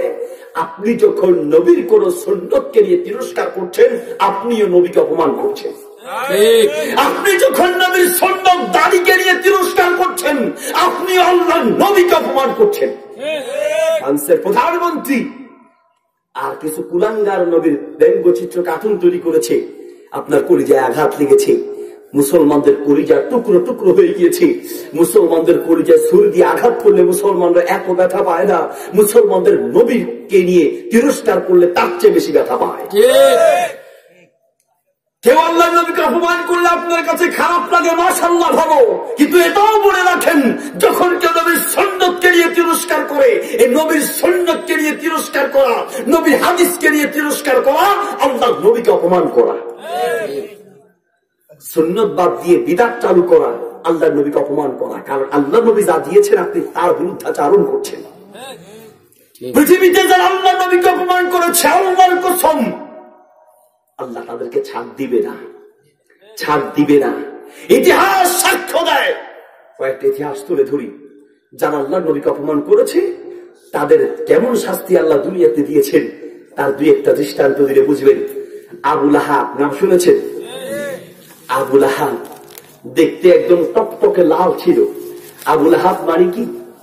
আবু লাহাব মানে হচ্ছে, লাহাব বলা হয় আগুন জ্বালানোর পরে দেখবেন আগুনের লাল যে অংশ আছে, টকটকে লাল, লেরিহান টকটকে লাল। আবু লাহাব দেখতে এরকম টকটকে লাল ছিল, এই জন্য তাকে আবু লাহাব বলা হয়। এই আবু লাহাব আল্লাহর নবীকে অপমান করেছে। কিভাবে? তাব্বাল্লাক, তুমি ধ্বংস হও, তোমার উপরে গজব পড়ুক। আল্লাহর নবীকে অপমান করেছে, আল্লাহকে ছেড়ে দিবে? আল্লাহ ছাড় দেয় তবে ছেড়ে দেয় না। আল্লাহ ছাড় দেয়, ছেড়ে দেয় না। আবু লাহাব বলেছে, মুহাম্মদ তুমি ধ্বংস হও, তোমার উপরে গজব পড়ুক। আল্লাহ বলে, হে নবী আপনার বলতে হবে না, আমি আল্লাহ বলছি, জবাব দিচ্ছি। তাব্বাত ইয়াদা আবি লাহাব, তুমি ধ্বংস হবে না নবী, আবু লাহাব নিজে ধ্বংস হবে। আবু লাহাব ধ্বংস হবে। কিভাবে ধ্বংস হয়েছে? গায়ের মধ্যে ফোড়া উঠেছে, ফোড়া। কেউ বিচি বলে, কেউ ফোড়া বলে, আপনারা কি বলেন? ফোড়া। সেই ফোড়া কয়দিন পরে পাকা শুরু করেছে, ফোড়া থেকে দুর্গন্ধ। আত্মীয় স্বজন ঘরের যারা আছে সবাই তাকে রেখে পালাতে শুরু করলো। তার এই গায়ের দুর্গন্ধে সন্তান সন্ততি স্ত্রী সবাই পালালো, এমনকি আশেপাশের সমাজের সব লোকেরা তাকে রেখে পালাতে শুরু করলো। ফোড়াগুলো বড় হতে হতে ফোড়ার যন্ত্রণায় তার আশেপাশে তো কেউ নাই, খাওয়ারও কিচ্ছু নাই, মাটিতে গড়াগড়ি দিয়ে কেঁদেছে, খাবার না পেয়ে মাটি কামড়িয়ে কামড়িয়ে খেয়েছে। এরপরে কেউ নাই পাশে, ওই মাটি খেয়ে খেয়ে দুনিয়ার থেকে বিদায় হয়েছে। এরপরে তার এই গায়ের দুর্গন্ধে কেউ কাছে আসে না। 3 দিন পর্যন্ত তার লাশ পড়েছিল। 3 দিন পরে দূর থেকে এসে গর্ত করে গর্তের মধ্যে ফেলে কোন রকম মাটি চাপা দিয়ে দিয়েছে। ইতিহাস সাক্ষ্য দেয়, যারা আল্লাহর নবীকে অপমান করে এই দুনিয়াতে আল্লাহ গজব দিয়ে ধ্বংস করে দেয়। ঠিক কিনা? সাবধান মুসলমান, সাবধান। আপনি আল্লাহর নবীকে ভালোবাসেন ঠিক আছে, কিন্তু আপনি যখন নবীর কোন হাদিসকে নিয়ে তিরস্কার করছেন, নবীর কোন সুন্নতকে নিয়ে তিরস্কার করছেন, হতে পারে আপনার উপরে আল্লাহর গজব নাযিল হবে। আল্লাহর গজব নাযিল হবে। আবু লাহাবের ছেলে উতবা আল্লাহ নবী সাল্লাল্লাহু আলাইহি ওয়াসাল্লামকে লক্ষ্য করে থুতু মেরেছে। নাউযুবিল্লাহ বলেন। কিন্তু সেই থুতু আল্লাহ রাব্বুল আলামিন তার নবীর গায়ে পড়তে দেয় নাই, বাঁচিয়ে নিয়েছেন। কারণ নবী তো গায়ে পড়তে দেয় নাই, বাঁচিয়ে নিয়েছেন। কিন্তু থুতু তো মেরেছে, আল্লাহ ছেড়ে দিবে? আল্লাহ ছাড় দেয়, ছেড়ে দেয় না। আল্লাহ নবী সাল্লাল্লাহু আলাইহি ওয়াসাল্লাম বলেন, আল্লাহুম্মা সাল্লিত আলাইহি কালবাম বিন, পিছে একটা সিংহ লাগায় দাও। আর উতবা এই কথা শুনে বাসায় গেল, গিয়ে আবু লাহাবকে বলছে, বাবা আজকে একটা কাজ করেছে। কি? মুহাম্মদকে লক্ষ্য করে সাল্লাল্লাহু আলাইহি ওয়াসাল্লাম, মুহাম্মদ সাল্লাল্লাহু আলাইহি ওয়াসাল্লামকে লক্ষ্য করে আমি থুতু মেরেছি। আবু লাহাব বলল, কি বলো, মুহাম্মদ কি কিছু বলেছে? বলছে, হ্যাঁ, তিনি বলেছেন আমার পিছনে নাকি সিংহ লেগে যাবে। আবু লাহাব বলছে, বাবা যদি মুহাম্মদ বলে থাকে তোমার পিছনে সিংহ লেগে যাবে, তাহলে মনে রেখো তোমার সতর্ক থাকা উচিত, কারণ পৃথিবী উল্টে যেতে পারে, মুহাম্মদের একটা কথা কখনো বিপরীত হতে পারে না। মুহাম্মদ সাল্লাল্লাহু আলাইহি ওয়াসাল্লাম যেহেতু বলেছে, কাজেই তোমার অবশ্যই সতর্ক থাকতে হবে। জানি না তোমাকে বাঁচাতে পারবো কিনা। আবু লাহাব সবসময় ছেলেকে বলছে, বাবা সবসময় আমার সাথে থাকবা, সিংহ আসলে আমি তোমাকে ঠেকাবো। আল্লাহ যদি গজব দেয়, পৃথিবীর কেউ ঠেকাতে পারে? যেখানে যায় ছেলেকে সাথে করে নিয়ে যায়। আবু লাহাব এবার সিরিয়া যাবে ব্যবসার উদ্দেশ্যে। ছেলেকে বললো, বাবা তুমি আমার সাথে চলো, কারণ তোমাকে দেখে রাখতে হবে। সিরিয়াতে নিয়ে গেলেন। ব্যবসা বাণিজ্য শেষ করে ফেরার পথে একটা জায়গায় তাঁবু টানালেন। এইরকম প্যান্ডেল করে তাঁবু করে আরবরা বিভিন্ন জায়গায় থাকে, তো তাঁবু টানালেন। এখন সবাই ঘুমাতে যাবে, বললেন না সবাই ঘুমানো যাবে না। কেন? ওই যে ভয় আছে, সিংহ যদি খেয়ে ফেলে। বলছে আমরা একদল ঘুমাবো, আরেক দল জাগ্রত থাকবো। একদল ঘুমাবো, আরেকদল কি জাগ্রত থাকবো, পাহারা দিব। তারপর একদল ঘুমিয়েছে। আবু লাহাব একদলকে ঘুমাতে বলেছে, আর একদলকে পাহারা দিয়েছে। ঘুমাতে গিয়েও চালাকি করলো, সবাইকে গোল করে ঘুম বানিয়ে ঠিক মাঝখানে উতবাকে রেখেছে। সিংহ আসলেও যেন তারে খুঁজে না পায়। রাত্রে একটু গভীর হলো, জঙ্গল থেকে একটা সিংহ এসে ওই যারা পাহারায় আছে আগে তাদেরকে দৌড়ানো শুরু। এরা চিন্তা করতেছে আগে নিজের বাঁচতে বাপের নাম, আগে নিজের বাঁচাই, চাচা আপন জান বাঁচা, আগে নিজের বাঁচাই, নিচের দৌড় দিয়ে কিছু দূর যখন গেল, সিংহ আর তাদের পিছনে দৌড়ায় না। তার তো আসল শিকারী আরেকটা। দূর থেকে তাকায় দেখতেছে যে ঘটনা কি ঘটে। দেখি সিংহ এসে প্রত্যেকের মুখের কাছে গিয়ে নাক দিয়ে গন্ধ শুকতে লাগলো। মুখের কাছে নিয়ে নাক দিয়ে গন্ধ শুকে প্রত্যেকের গন্ধ শুকতে শুকতে কারণে খুঁজে পায় না। কারে খুঁজে? ওই যে যার মুখ দিয়ে আল্লাহ নবীর বিরুদ্ধে থুতু বের করেছে, ওই মুখটা দরকার। সবাইকে খোঁজা শেষ, এবার লাফ দিয়ে উতবার মুখের কাছে গিয়েছে। নাক দেওয়ার সঙ্গে সঙ্গে বুঝতে পারলো এই মুখ দিয়েই তো আল্লাহর নবীর বিরুদ্ধে থুতু বের হয়েছে। শরীর থেকে মুখটা ধরে আলাদা করে মুচড় দিয়ে মাথাটা আলাদা করে জঙ্গল নিয়ে চলে গেল। শরীর এক জায়গায়, মাথা আরেক জায়গায়। ইতিহাস সাক্ষ্য দেয় যারা আল্লাহর নবীকে অপমান করেছে এই দুনিয়াটা আল্লাহর গজব দিয়ে ধ্বংস করেছে, ঠিক কিনা? আল্লাহ ছাড়তে বাদশা কিসরা আল্লাহর নবীকে অপমান করেছে, নবীর হাদিসকে অপমান করেছে, নবীর চিঠিকে অপমান করেছে। বাদশা কিসরা বিভিন্ন বাদশাদের কাছে আল্লাহ নবী সাল্লাল্লাহু আলাইহি ওয়াসাল্লাম চিঠি পাঠালেন। কোন কোন বাদশা চিঠি পেয়ে ইসলাম গ্রহণ করেছে, আর কেউ কেউ ইসলাম গ্রহণ করে নাই। তো চিঠিটা পেয়ে সম্মান দিয়েছে। বাদশা কিসরা আল্লাহর নবীর সেই চিঠি পেয়ে, চিঠির মধ্যে লেখা আছে মিন মুহাম্মাদিনিল আযীমিল কিসরা, মুহাম্মদ সাল্লাল্লাহু আলাইহি ওয়াসাল্লামের পক্ষ থেকে কিসরা বাদশার কাছে চিঠি, কিছু দাওয়াত দিলেন, ইসলামের দাওয়াত। চিঠিটা পেয়ে চিঠিটা ধরে ছিঁড়ে চিঠিটাকে টুকরো টুকরো করে ফেললেন, ফেলে মাটিতে ফেলে দিলেন। আল্লাহ নবীর হাদিস আর আল্লাহ নবীর চিঠিকে অপমান করলেন।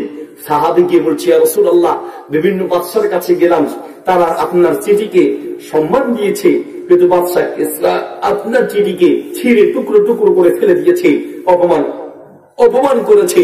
নবী সাল্লাল্লাহু আলাইহি ওয়াসাল্লাম বললেন, মাযযাকাল্লাহু মুলকাহু, সে তো আমার চিঠিকে ছিঁড়ে নাই, সে তো আমার চিঠিকে টুকরা করে নাই। মাযযাকাল্লাহু মুলকাহু, বরং সে তার রাজত্বকে টুকরো টুকরো করেছে। সে এই কাজের কারণে আল্লাহ তার রাজত্বকে ভেঙে চুরমার করে দিবেন। আল্লাহু আকবার। যেভাবে তার রাজত্ব ভেঙেছে তার ইতিহাস আছে। বাদশা কিসরা আর তার ছেলে দুইজনের মধ্যে দ্বন্দ্ব, কে নিয়ে বেয়াদবি মাফ করবেন। বাপও নারী লোভী, ছেলেও নারী লোভী। বাপও ধর্ষক, ছেলেও ধর্ষক। এবার বাপ বিভিন্ন নারীদেরকে বাসায় নিয়ে আসে, রাজদরবারে নিয়ে আসে, ছেলেও নিয়ে আসে। বাপ মনে করে ছেলের কারণে আমি অবাধে হারাম কাজ করতে পারছি না, খারাপ কাজ করতে পারি না। ছেলে মনে করে বাপের কারণে সমস্যা, বাপ মনে করে ছেলের কারণে সমস্যা। এই জন্য বাপ ছেলেকে হত্যা করতে চায়, ছেলে বাপকে হত্যা করবে সিদ্ধান্ত নিয়েছে। ছেলে বাপকে কিভাবে হত্যা করবে? ছেলে চিন্তা করলো, আমার বাবা বুড়ো বয়স্ক মানুষ, আমি একটা ছুরি নিয়ে গিয়ে জবাই করে দিব। শেষ একটা ধারালো হাতে ছুরি নিয়েছে, বাপকে হত্যা করবে। বাপের রুমের দিকে রওনা করলো। বাপ ওই দিকে একটা বোতল নিয়েছে, বোতল হচ্ছে ওষুধের বোতল, ভিতরে বিষ ঢুকিয়ে ওষুধের বোতলের উপরে লিখে দিয়েছে, হাদা দাওয়া মুকাউযিল লিল জিবা, এই ওষুধটি খেলে শরীরের শক্তি বাড়বে। শরীরে শক্তি বাড়লে বেয়াদবি মাফ করবেন, জিনা ব্যভিচার ধর্ষণ বেশি করে করা যাবে। এই জাতীয় যৌন শক্তি বাড়ার ঔষধ উপরে লিখে ভিতরে বিষ ঢুকিয়ে দিয়েছে। বাপ তো জানে আমার ছেলে এই ওষুধ পেলে সমানে গড়গড় করে খাবে, এই জন্য ওষুধটা নিয়ে ঔষধের জায়গায় রেখে আসবে।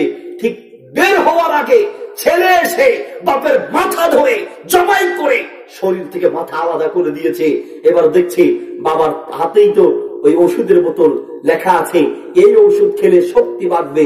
ছেলে চিন্তা করে, আমার বাপ তো এই ওষুধ খাইয়াই বুড়া বয়সে আকাম করে, কাজেই এই ওষুধ এখন আমার দরকার, বাপ নাই, আমার শক্তির দরকার।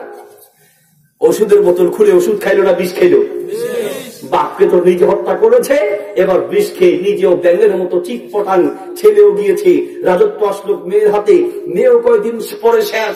ইতিহাস সাক্ষ্য দেয় যারা আল্লাহর নবীকে অপমান করেছে আল্লাহ ছাড় দেয় নাই, এই দুনিয়াতে আল্লাহ গজব দিয়ে ধ্বংস করেছে, ঠিক কিনা? আল্লাহ কাউকে ছাড় দেয় নেই। ওয়ারাফা'না লাকা যিকরাকা, হে নবী আপনার সম্মান আমি আল্লাহ বাড়িয়ে দিয়েছি, পৃথিবীর কেউ আপনার সম্মান কমাতে পারবে না। ওয়ারাফা'না লাকা যিকরাকা, এটা আরেক ব্যাখ্যা। যুকিরতু যুকিরতা, হে নবী যেখানে আমি আল্লাহর আলোচনা হবে সেখানে আপনি নবীর আলোচনা আমি ঢুকিয়ে দিয়েছি। সুবহানাল্লাহ। কত জায়গায় আপনার আলোচনা। একটা সন্তান জন্মগ্রহণ করলে প্রথম কাজ আযান দেওয়া। কি করা? আযান দেওয়া। প্রথম কাজ আযান দেওয়া, নাকি মিষ্টির খবর দেওয়া? আমাদের দেশে ছেলে হইলে মিষ্টি, তাড়াতাড়ি কুমিল্লা যা, কি হয়েছে মিষ্টি আমারে দিছে, আল্লাহ রহমত, কি ছেলে। আর মেয়ে হলে মোবাইল বন্ধ, সিম কার্ড খোলা। হ্যাঁ কি হয়েছে ভাই বলিস রে ভাই? মিয়া সাহেব, ছেলে জন্ম দেওয়ার চেয়ে মেয়ে জন্ম দেওয়াটা ভাগ্যের ব্যাপার, ঠিক না? যাদের বিয়ে আছে তারাই সৌভাগ্যবান। তো ছেলে হোক মেয়ে হোক, ছেলে হলেও আজান দিতে হয়, মেয়ে হলেও আজান দিতে হয়। আমাদের দেশে আরেক কথা, ছেলে হলে আজান লাগে, মেয়ে হলে আজান লাগে না। নাউজুবিল্লাহ। ছেলে হোক মেয়ে হোক, প্রথম কাজ তার কাছে আজান দেওয়া। আজান ঠিক আছে, আজানের খবর নাই, খবর কি? তাড়াতাড়ি ছাইল আগুন ল, লোহা ল, ম্যাচ ল, পেঁয়াজ আছে, রসুন আছে, আরো কত কিছু আমার গজব আছে, শেষ নেই। কেন? বাচ্চা দেখতে হলে বাচ্চাকে যে রুমে রাখে ওই রুমের সামনে কিছু পাতিলের ভিতরে ছাইয়ার আগুন রাখে। কেন? বাচ্চা দেখতে হলে আগে হাত পাও গরম করে তারপরে যেতে হবে। নিয়ে কেন? ওই নাইলে ভূতে ধরবে, জিনে ধরবে, বিভিন্ন বিপদ আসবে।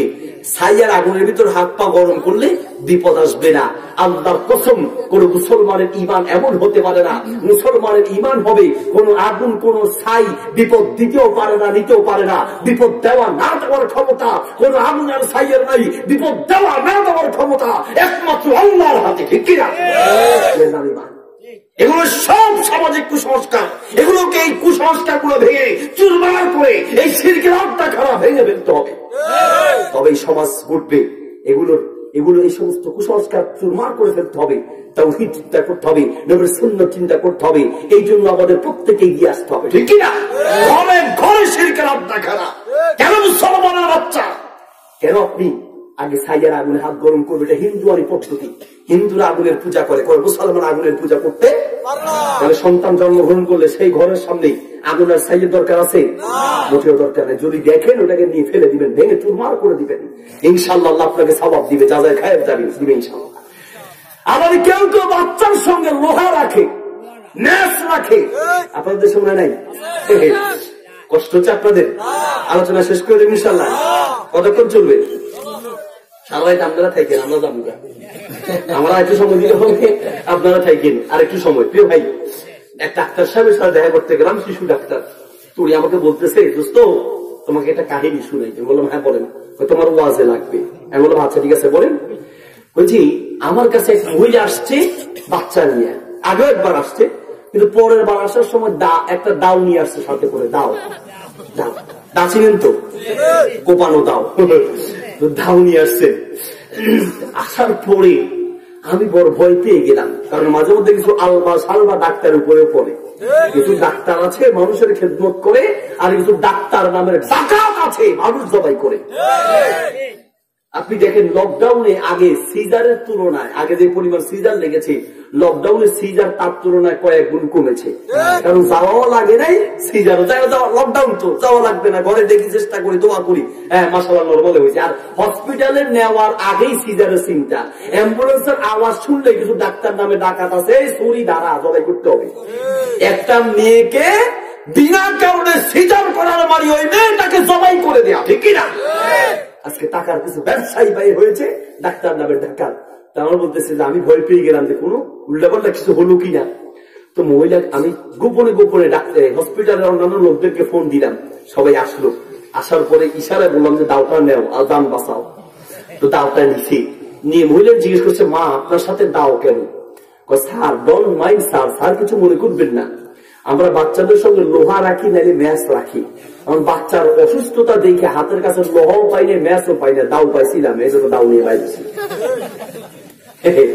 দাও ম্যাচ এগুলো মানুষের বিপদ দিতেও পারে না, নিতেও পারে না। প্রায় বাচ্চাদের সঙ্গে কাইটন আছে, টাকা আছে। আপনি কি মনে করছেন এই টাকা না দিলে বাচ্চা বিপদে পড়বে? টাকা আল্লাহর কসম ইমানটাকে মজবুত করে নিয়েছে। এই তাগা কালো সুতার কোন ক্ষমতা নাই, বিপদ দেওয়া না দেওয়ার কোন ক্ষমতা নাই। আল্লাহর কসম। ঠিক কিনা? ইমান থাকবে, বিপদ দেওয়া না দেওয়ার ক্ষমতা কার? আওয়াজ জোরে হলো না? এটার নাম ইমান, এটার নাম তাওহীদ। কিসের সুতা? তা বিপদ দিবে না তিনি বাচ্চার কোমর থেকে খুলে চিড়ে চিড়ে চুরমার করে ফেলবেন, শিরকের আড্ডাখানা ভেঙে ফেলবেন। প্রিয় হাজির, বলতে চাচ্ছিলাম আপনার ইমানটাকে মজবুত করবেন। একটা সন্তান জন্মগ্রহণ করার পরে তার কানে আযান ঢুকাবেন, শয়তান তার থেকে জিনবুত যা আছে সব এমনি দূর হয়ে যাবে। সকাল সন্ধ্যা সূরা ফালাক নাস পড়ে ফু দিবেন, পৃথিবীর কোনো আগুন ছাই ম্যাচ রসুন কিচ্ছু দরকার নাই, স্বয়ং আল্লাহ আপনাকে হেফাজত করবে ইনশাআল্লাহ। ঠিক কিনা? সূরা ইখলাস ফালাক নাস পড়ে গায়ে ফু দিবেন, হাতে ফু দিয়ে গায়ে মুছে দিবেন, ইনশাআল্লাহ এটা আপনার জন্য যথেষ্ট হবে। বলতে যাচ্ছিলাম আল্লাহর নবীর নাম কিভাবে আল্লাহ ছড়িয়ে দিলেন। ওয়ারাফা'না লাকা যিকরাকা, আপনার সম্মান আমি আল্লাহ বাড়িয়ে দিয়েছি। একটা সন্তান জন্মগ্রহণ করবে, ওই সন্তানটার কানে প্রথমে আযান ঢুকাও। সে আযানের ভিতরে আছে আশহাদু আন্না মুহাম্মাদার রাসূলুল্লাহ, আযানের ভিতরে মুহাম্মাদুর রাসূলুল্লাহর কথা আছে। একটা মানুষ মৃত্যুবরণ করবে, জানাজার নামাজ হবে, দ্বিতীয় তাকবীরের পরে দুরূদ আছে, সেই দুরূদের ভিতরে আল্লাহুম্মা সাল্লি আলা মুহাম্মাদ। হে নবী, আপনার সম্মান আমি আল্লাহ বাড়িয়ে দিয়েছি, আপনার আলোচনা বাড়িয়ে দিয়েছি। জন্ম হলে মুহাম্মদুর রাসূলুল্লাহ, মৃত্যুর সময় মুহাম্মদুর রাসূলুল্লাহ। কবরে রাখা হবে, তখনও বলা হবে বিসমিল্লাহি ওয়া আলা মিল্লাতি, মানে বললে বিসমিল্লাহি ওয়া আলা মিল্লাতি রাসূলিল্লাহ। যদি সেখানে বিসমিল্লাহি ওয়া আলা মিল্লাতি অমুক পীর সাহেব হবে, বিসমিল্লাহি ওয়া আলা মিল্লাতি অমুক ইমাম সাহেব হবে, বিসমিল্লাহি ওয়া আলা মিল্লাতি অমুক মুফতি মুহাদ্দিস, পৃথিবীর কোন হুজুর, কোন পীর, কোন কেউ সেখানে নয়। সেখানে বিসমিল্লাহি ওয়া আলা মিল্লাতি রাসূলিল্লাহ, হে আল্লাহর রাসূল, আল্লাহর রাসূলের উম্মত হিসেবে কবর রাখা হবে। শুধু কবর এটা বলার সময় রাখলে চলবে না, আপনার জীবনটাও সেই মুহাম্মদুর রাসূলুল্লাহ আদর্শে চালাতে হবে, ঠিক কি না? আপনার জীবনের আমলগুলো সে রাসূলুল্লাহ সাল্লাল্লাহু আলাইহি ওয়াসাল্লামের তরিকায় চলাতে হবে। মারা গেলে তখন মুহাম্মদ রাসূলুল্লাহর কথা, নামাজ পড়তে যাবেন আযান মুহাম্মদ রাসূলুল্লাহর কথা, ইকামত হবে সেখানে মুহাম্মদ রাসূলুল্লাহ আছে কি নাই, নামাজ হবে সেই নামাজের সালামের আগে মুহাম্মদ রাসূলুল্লাহ আল্লাহুম্মা সাল্লি আলা মুহাম্মদ, সেখানে মুহাম্মদ সাল্লাল্লাহু আলাইহি ওয়াসাল্লামের আলোচনা। এছাড়া বিধান করে দিয়েছেন কি সকাল সন্ধ্যা, নবী সাল্লাল্লাহু আলাইহি ওয়াসাল্লাম বলেন, মুসনাদে আহমদের হাদিস এসেছে, যে ব্যক্তি সকালে 10 বার সন্ধ্যায় 10 বার নিয়মিত আল্লাহর নবীর উপরে দুরূদ পড়বে, ওই ব্যক্তির জন্য সুপারিশ করা কিয়ামতের মাঠে আল্লাহর নবী বলেন আমার উপরে ওয়াজিব হয়ে যায়। সুবহানাল্লাহ। সকালে 10 বার, সন্ধ্যায় কবার 10 বার নিয়মিত কি পড়বো, দুরূদ পড়বে। এছাড়া হাঁটতে চলতে ফিরতে যখনই সময় পাবো বেশি বেশি দুরূদ পড়বো। নবী সাল্লাল্লাহু আলাইহি ওয়াসাল্লাম বলেন, সহিহ বুখারীতে হাদিস আছে, সহিহ মুসলিমে আছে, সুনানে তিরমিজিতে আছে, সুনানে বাইহাকিতে আছে, মুসনাদে আহমদে আছে, মিশকাতে আছে। আল্লাহর নবী বলেন, মান সাল্লা আলাইহি ওয়াহিদাতান সাল্লাল্লাহু আলাইহি আশারা, কোন ব্যক্তি একবার আল্লাহর নবীর উপরে দুরূদ পড়লে ওই ব্যক্তির জন্য আল্লাহ 10 বার রহমত নাযিল করেন। একবার দুরূদ পড়লে 10টি গুনাহ মুছে দেন। একবার দুরূদ পড়লে রুফিয়ালাহু আশারু দারাজাতিন, আল্লাহ তার 10টি মর্যাদা বাড়ায়া দেন। সুবহানাল্লাহ। দুনিয়ায় যদি মর্যাদা চাও বেশি বেশি দুরূদ পড়ো, বেশি বেশি দুরূদ পড়ো, আল্লাহ মর্যাদা বাড়ায়া দিবেন। শুধু তাই নয়, টেনশনে আছেন, দুশ্চিন্তায় আছেন, দুরূদ পড়েন, আল্লাহ আপনার দুনিয়ার সব টেনশন দুশ্চিন্তা দূর করে দিবেন। সুবহানাল্লাহ। সবচেয়ে বড় কথা হচ্ছে আল্লাহু আকবার। আল্লাহ নবী সাল্লাল্লাহু আলাইহি ওয়াসাল্লাম বলেন, সহিহ মুসলিমের হাদিস, বান্দা যখন উম্মত পৃথিবীর যেই কোনো প্রান্তে আমি নবীর উপরে দুরূদ পড়বে, ফাইন্না সালাতাকুম, তোমার সেই দুরূদটা তাবলুগুনি, আমি নবীর কাছে তোমার নাম সহ, তুমি কে পড়ছো তোমার নাম সহ আমি নবীর কাছে পৌঁছানো। সুবহানাল্লাহ। আপনি দুরূদ পড়লে আপনার নামটা বিশ্ব নবীর দরবারে পৌঁছে যাবে। আল্লাহু আকবার।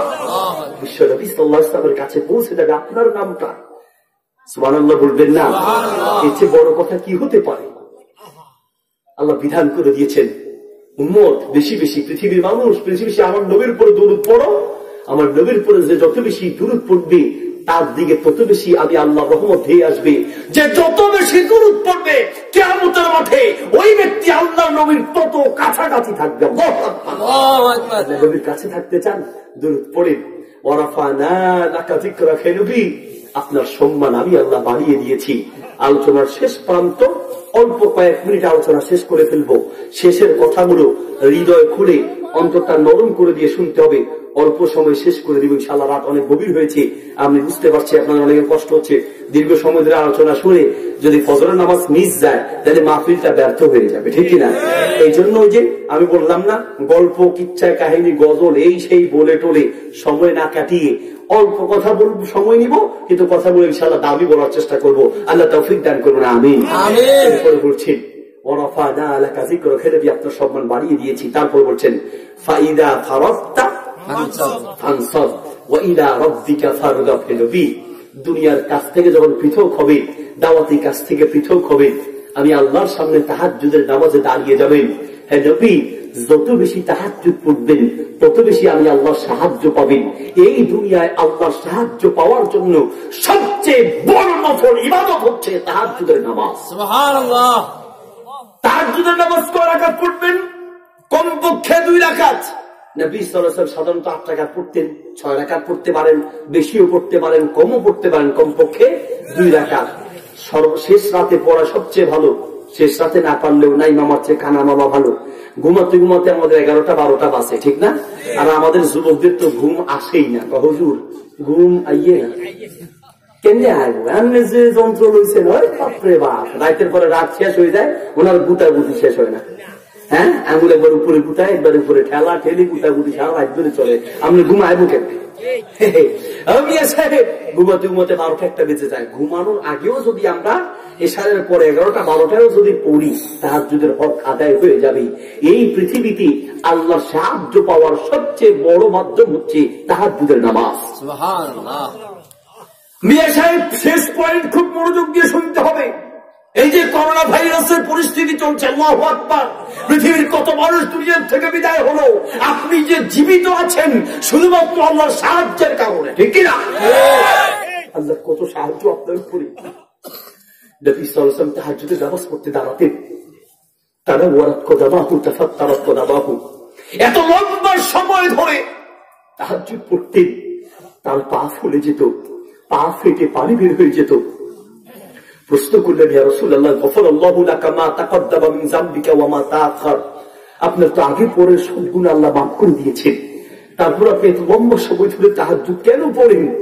আল্লাহর নবী বললেন, আফালা আকুনু আবদান শাকুরা, আমি কি আল্লাহর শুকরিয়া আদায় করবো না? আল্লাহ যে আমাকে সুস্থ রেখেছেন, আল্লাহ যে আমাকে ভালো রেখেছেন, আমি কি আল্লাহর শুকরিয়া আদায় করবো না? মিয়া সাহেব, এখনো যে জীবিত আছেন, সেজদায় গিয়ে মাঝে মধ্যে চোখের পানি ফেলে কাঁদবেন, আল্লাহ পৃথিবীর কত মানুষকে করোনা ভাইরাস দিয়ে নিয়ে গিয়েছ, আমাকে বাঁচিয়ে রেখেছ, আলহামদুলিল্লাহ। কয়দিন হয়েছে? সূরা ইব্রাহিমের 7 নম্বরে আল্লাহ বলছেন, লাইন শাকারতুম লাযীদান্নাকুম ওয়া লাইন কাফারতুম ইন আযাবি লাশাদীদ। শোনো, যদি তুমি শুকরিয়া আদায় করো, আমি আল্লাহ নিয়ামত বাড়ায় দিব। আপনি যে বেঁচে আছেন, যদি শুকরিয়া আদায় করেন, আল্লাহ আপনার হায়াত আরো বাড়ায় দিবে। আপনি যে জীবিত আছেন, বিশ্বাস করেন, এর চেয়ে বড় নিয়ামত তামাম দুনিয়ার কিচ্ছু হতে পারে না, ঠিক কি না? সহিহ বুখারীতে হাদিস আছে, নবী সাল্লাল্লাহু আলাইহি ওয়াসাল্লাম বলেন, নিয়ামাতান মাকবুলুন ফীহিমা কাসীরুম মিনান নাস, আস-সিহাত ওয়াল ফারাগ। এই দুনিয়ার দুটি নিয়ামতের ব্যাপারে মানুষ ধোঁকায় পড়ে আছে। 1 সুস্থতা, 2 অবসরতা। অবসর পাইলে আল্লাহকে চিনে না, ক্যারাম বোর্ড খেলতে যায়। অবসর পাইলে আল্লাহকে চিনে না, গেমস খেলতে যায়। অবসর পাইলে আল্লাহকে চিনে না, হ্যাঁ, তখন তাস নিয়ে বসে। অবসর পাইলে আল্লাহকে চিনে না, তখন নাটক নিয়ে বসে, ছবি দেখার জন্য বসে। তোমাকে আল্লাহ যে অবসরতা দিয়েছে, ওই অবসর সময়ে আল্লাহ কৃতজ্ঞতা আদায় করো, বসে বসে জিকির আজকার করো, আল্লাহ তোমাকে নিয়ামত দিয়ে পরিপূর্ণ করে দিবেন। আর 1 নম্বর হচ্ছে আসিহাতু, সুস্থতা। মনে রেখো, এই তামাম দুনিয়ার সকল সম্পদের চেয়ে তোমার সুস্থতার দাম হাজার হাজার কোটি টাকার চেয়ে বেশি, ঠিক কিনা? 60 বছর পর্যন্ত কুয়েতে ছিলেন। 60 বছর পরে দেশে আসলেন। আসার পরে তার কিডনিতে সমস্যা। ডাক্তারকে ডাক দিয়ে বলছেন, ডাক্তার সাহেব, 60 বছর আমি যা ইনকাম করেছি, কোটি কোটি টাকা আছে, আমার বাড়ি আছে, গাড়ি আছে, সব বিক্রি করেন, আমার ব্যাংকে যত টাকা আছে সব নিয়ে যান, কিডনির ব্যথা সহ্য করতে পারছি না, প্রয়োজনে ভিক্ষা করে খাবো, তাও ভালো আছে, কিন্তু আমার সুস্থতার ব্যবস্থা করেন। 60 বছরের ইনকাম দিতে রাজি একটা কিডনির জন্য। এবার বলেন, আল্লাহ আপনাকে কত নিয়ামত দিয়েছে। আপনাকে 2টা চোখ দিয়েছে, পৃথিবীর কত মানুষকে চোখ দেয় নাই। আপনাকে আল্লাহ কান দিয়েছে, পৃথিবীর কত মানুষকে কান দেয় নাই। আল্লাহ আপনাকে হার্ট দিয়েছে, পৃথিবীর কত মানুষ হার্ট স্ট্রোক করে হসপিটালে কাতরাচ্ছে। আল্লাহ আপনাকে কিডনি দিয়েছে, পৃথিবীর কত মানুষ কিডনি কেনার জন্য পথে বসে গিয়েছে, ঠিক কিনা? আল্লাহ আপনাকে ভালো রেখেছে, এখনো করোনা ভাইরাস দেয় নেই। আড়াইবাড়ির পীর সাহেব, নাম শুনছেন কিনা, গোলাম সরোয়ার সাইদি, মারা গিয়েছে কয়দিন আগে। আহারে, তার কি মধুমাখা বক্তব্য এখনো নেটে আছে। লকডাউনের সময় যখন মসজিদগুলো বন্ধ হয়ে যাচ্ছে, মায়া দিয়ে বলছে, হে যুবক, এখনো তুমি মসজিদে যাও না, মসজিদের দরজাগুলো বন্ধ হয়ে যাচ্ছে, এখনো তুমি মসজিদে যাও না, কি মায়া। আল্লাহু আকবার। এই লোকটা যে মারা গেল, পৃথিবীর আমরা ধরে রাখতে পেরেছি। ডাক্তাররা বলেছে ওষুধ ইঞ্জেকশনের প্যাকেজ লাগবে, দাম কত? 9 লক্ষ টাকা। 9 লক্ষ টাকা একটা ইঞ্জেকশনের প্যাকেজের দাম। তা কিনাও হলো, কিন্তু বাঁচাইতে পারে নাই। যদি শত হাজার লাখ কোটি টাকাও শত কোটি টাকাও লাগতো, তার এত ভক্ত ছিল, শত কোটি টাকারও ব্যবস্থা করা সম্ভব হতো, কিন্তু টাকা দিয়ে বাঁচানো যায় না। আমরা যে বেঁচে আছি কার দয়ায়? আল্লাহ সাহেব, আমরা হয়তো মনে করি করোনা ভাইরাসে বহু মানুষ মারা গেল, আমি আপনি মরি নাই, সতর্ক ছিলাম এই জন্য। সতর্ক না রে ভাই, আপনার সতর্কতা আপনাকে বাঁচায় নাই, আল্লাহর দয়া আপনাকে বাঁচিয়েছে। আপনার ছেলে, আপনার মেয়ে, আপনার পরিবার বা যে কোনো দিকে তাকিয়ে আল্লাহর দয়ায় আপনি বেঁচে আছেন, ঠিক না? আমি সাহেব কি দিয়ে বুঝাই করি, যেটা ঘুরে বুঝাতে পারতাম যদি, কি দিয়ে আপনাকে বুঝাই? মাস্ক আপনাকে বাঁচায় নাই, মাস্ক ব্যবহার করার সুবিধা নেই। করোনা থেকে বাঁচার জন্য বা রোগ থেকে বাঁচার জন্য যে সতর্কতা, হাত ভালো করে ধৌত করবেন, বাজারে গেলে মাস্ক পরবেন, দরকার আছে, কিন্তু ঈমান হারাবেন না। এখানে আবার কেউ কেউ উল্টা ফতুয়া দেয়, কি আর করোনা করোনা, কি আর করোনা, কিসের করোনা করোনা, যেমনি মনে করি এমনি শুনবো, আল্লাহ রাখলে রাখবে, নিলে নিবে, এটাও ঠিক না। বেশি ফতুয়া দিবেন না। আমাদের দেশের চা দোকানে গেলে দেখা যায়, আমার গ্রামগুলার চা দোকানে গেলে, ওরে বাপরে বাপ, এলাকায় কত মুফতি আছে, কত সাংবাদিক বুদ্ধিজীবী আছে, এটা চা দোকানে না গেলে বোঝা যায় না। বার্তা খারাপ হইলো চা দোকানে, সবগুলো না, আবার চা দোকানদারা রাগ করেন না, কিছু কিছু আছে। তো যাই হোক, ফটো উল্টে দিবেন না। নবী সাল্লাল্লাহু আলাইহি ওয়াসাল্লামের কাছে একজন সাহাবী এসে বলে, ইয়া রাসূলুল্লাহ, আমার একটা উট আছে, এখন উটকে ছেড়ে দিব নাকি বেঁধে রাখবো? আল্লাহ রাখলে রাখবে, নিলে নিবে, বাঁধার কি দরকার? আল্লাহ নবী বললেন, না, ইকিলহা ফাতাওয়াক্কাল আলাল্লাহ, আগে বাঁধো, তারপর আল্লাহর উপর ভরসা করো, সতর্কতা আগে অবলম্বন করো, তারপর আল্লাহর উপর ভরসা করো। কাজে আমরা করোনা থেকে বাঁচার জন্য সতর্কতা অবলম্বন করব, মাস্ক পরবো, বা যা যা দরকার ডাক্তাররা যা বলে সেগুলো দিব, কিন্তু মনে রাখবেন আপনার এই সতর্কতা আপনাকে বাঁচায় না, আপনার আল্লাহ আপনার দয়া করে আপনাকে বাঁচাইতেছে। সম্মানিত প্রিয় ভাই, আপনার চালাকির কারণে আপনি বাঁচেন নাই। এক যুবকের হুন্ডায় উঠেছিলাম, ওরে বাপরে বাপ, হুন্ডা চালানি কারে কয়?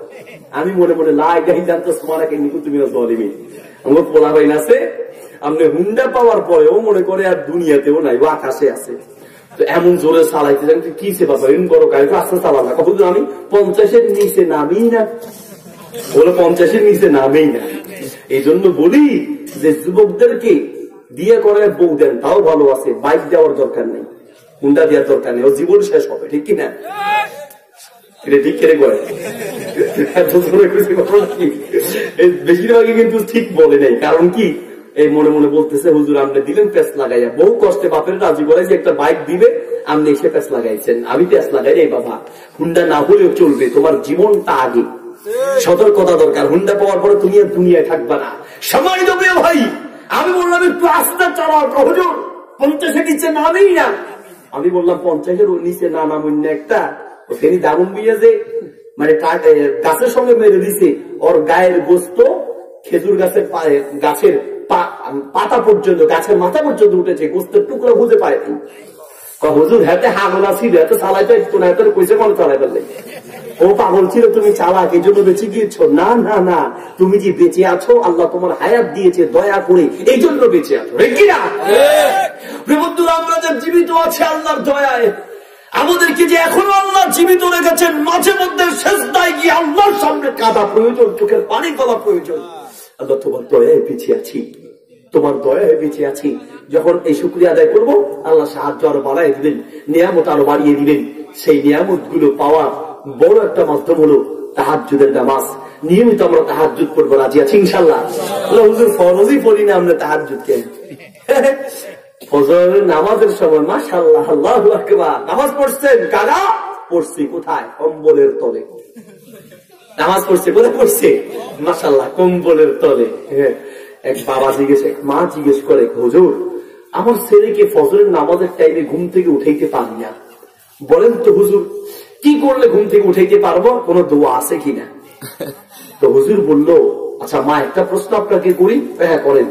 বলছে, ফজরের নামাজের টাইমে যদি ঘরের ভিতরে আগুন লাগে, তাইলে কি বাচ্চাকে ঘুম থেকে উঠাইতে পারবেন?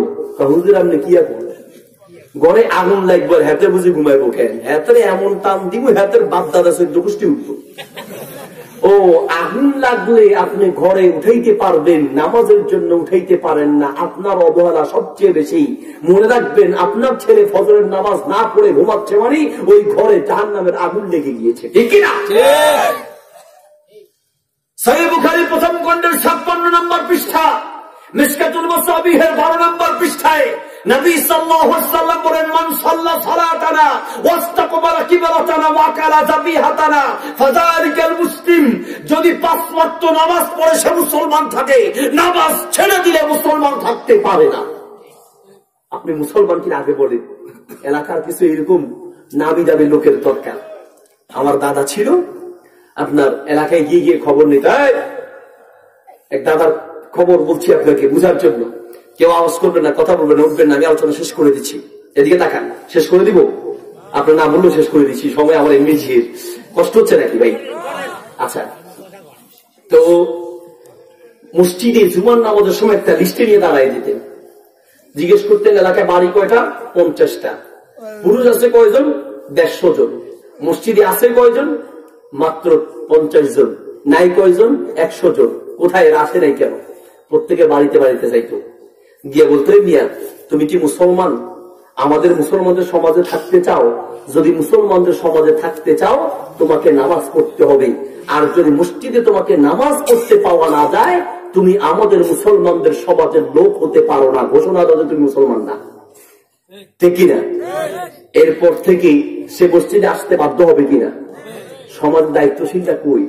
আর এরকম দায়িত্ববান হন, সমাজ একদিনে পরিবর্তন হয়ে যাবে, ঠিক কিনা? আর যদি এইরকম নাও পারেন, ক্ষমতা নাও থাকে, তাহলে একটা চালাকি শিখে সামনে সিদ্ধান্ত নেন, জুমার সময় বা নামাজের সময় যারে পাওয়া না যাবে মসজিদে, মুসল্লিরা সবাই গিয়ে তার বাড়িতে হাজির হবেন যে আপনার বাড়িতে আমাদের দাওয়াত। নামাজ না পড়লেই দাওয়াত কোথায়? যে নামাজ না পড়বেন তার বাড়ি থেকে দাওয়াত খেতে উঠে যাবেন। দেখবেন যে 2-1 দিন দেখলে তো দেখবেন যে অন্তত খাওয়ানোর ভয় হলে মসজিদে আসবে, আস্তে আস্তে বড় অভ্যাস হয়ে যাবে। সম্মানিত হাজিরিন, আসুন ফরজ তো পড়তেই হবে মুসলমান হিসেবে। বেশি করে তাহাজ্জুদ পড়লে আল্লাহর সাহায্য পাবো। করোনা ভাইরাসে এই মুহূর্তে সারা পৃথিবীতে আল্লাহু আকবার কত মানুষ চলে গেল, লাশ পর্যন্ত খুঁজে পায় নাই। একজনে ফোন দিয়ে বলতেছে, হুজুর দোয়া করেন। কি হয়েছে? আমার বিদেশে আমার পাশের জন্য করোনা হয়েছে, তার এই দেশের পুলিশ যে ধরে কোথায় নিয়ে গেছে, আগুনে পুড়ে ফেলেছে না লাশ সমুদ্রে ফেলে দিয়েছে, খবরও পাওয়া যায় না। বুঝলাম, আমি তার পাশে ছিলাম, দোয়া করেন আল্লাহ যেন আমাকে বাঁচায়। কত মানুষের লাশ খুঁজে পায় নাই, আল্লাহ যে আপনাকে জীবিত রেখেছেন, আলহামদুলিল্লাহ। সেজদায় পড়ে মাঝে মধ্যে চোখের পানি ফেলে কাটবেন। আল্লাহ আমাদেরকে তৌফিক দান করুন। মোহতারাম হাজির, অনেক কষ্ট, অনেক কথা বলেছি, রাগ করেছেন নাকি? রিয়াদ ভাই অনেক কষ্ট করে দাওয়াত দিয়েছেন। হাজিরিন, আমাদের ভাইদের জন্য দোয়া করবেন, মাহফিলের কর্তৃপক্ষ আয়োজকদের জন্য দোয়া করবেন। আল্লাহ রাব্বুল আলামিন আমাদের সবাইকে তৌফিক দান করুন, আমিন। আমাদের হুজুর আছেন, উনি ইনশাআল্লাহ দোয়া করবেন। আমি আপনাদের জন্য বারাকাল্লাহু ফিকুম, জাযাকুমুল্লাহ খাইর, হায়াকুমুল্লাহ। প্রিয় ভাইরা আমার, আমি একটি মাদ্রাসা করেছি। আমার এই মাদ্রাসা থেকে বিভিন্ন ছাত্রদেরকে আমরা দেশের বাহিরে পাঠাই, মদিনা ইউনিভার্সিটি, উম্মুল কোরা, সৌদি আরব, মিশর, মালয়েশিয়া, কাতার, আপনাদের কাছে ফেনী শহরে আমাদের ক্লাস 3 থেকে 10 পর্যন্ত আছে। এরপরে আমাদের ছাত্রদেরকে আমরা সরকারি ভাবে স্কলারশিপ দিয়ে দেশের বাহিরে আলহামদুলিল্লাহ পাঠাই। কিছু লিফলেট আপনাদেরকে দিয়ে দিবে, এগুলো রাখবেন। আল্লাহ তৌফিক দান করলে এগুলো দিয়ে দাও। সম্মানিত হাজিরিন, আমার জন্য দোয়া করুন, আমি আপনার জন্য দোয়া করি। জাযাকুমুল্লাহ খাইর, বারাকাল্লাহু ফিকুম। আসসালামু আলাইকুম।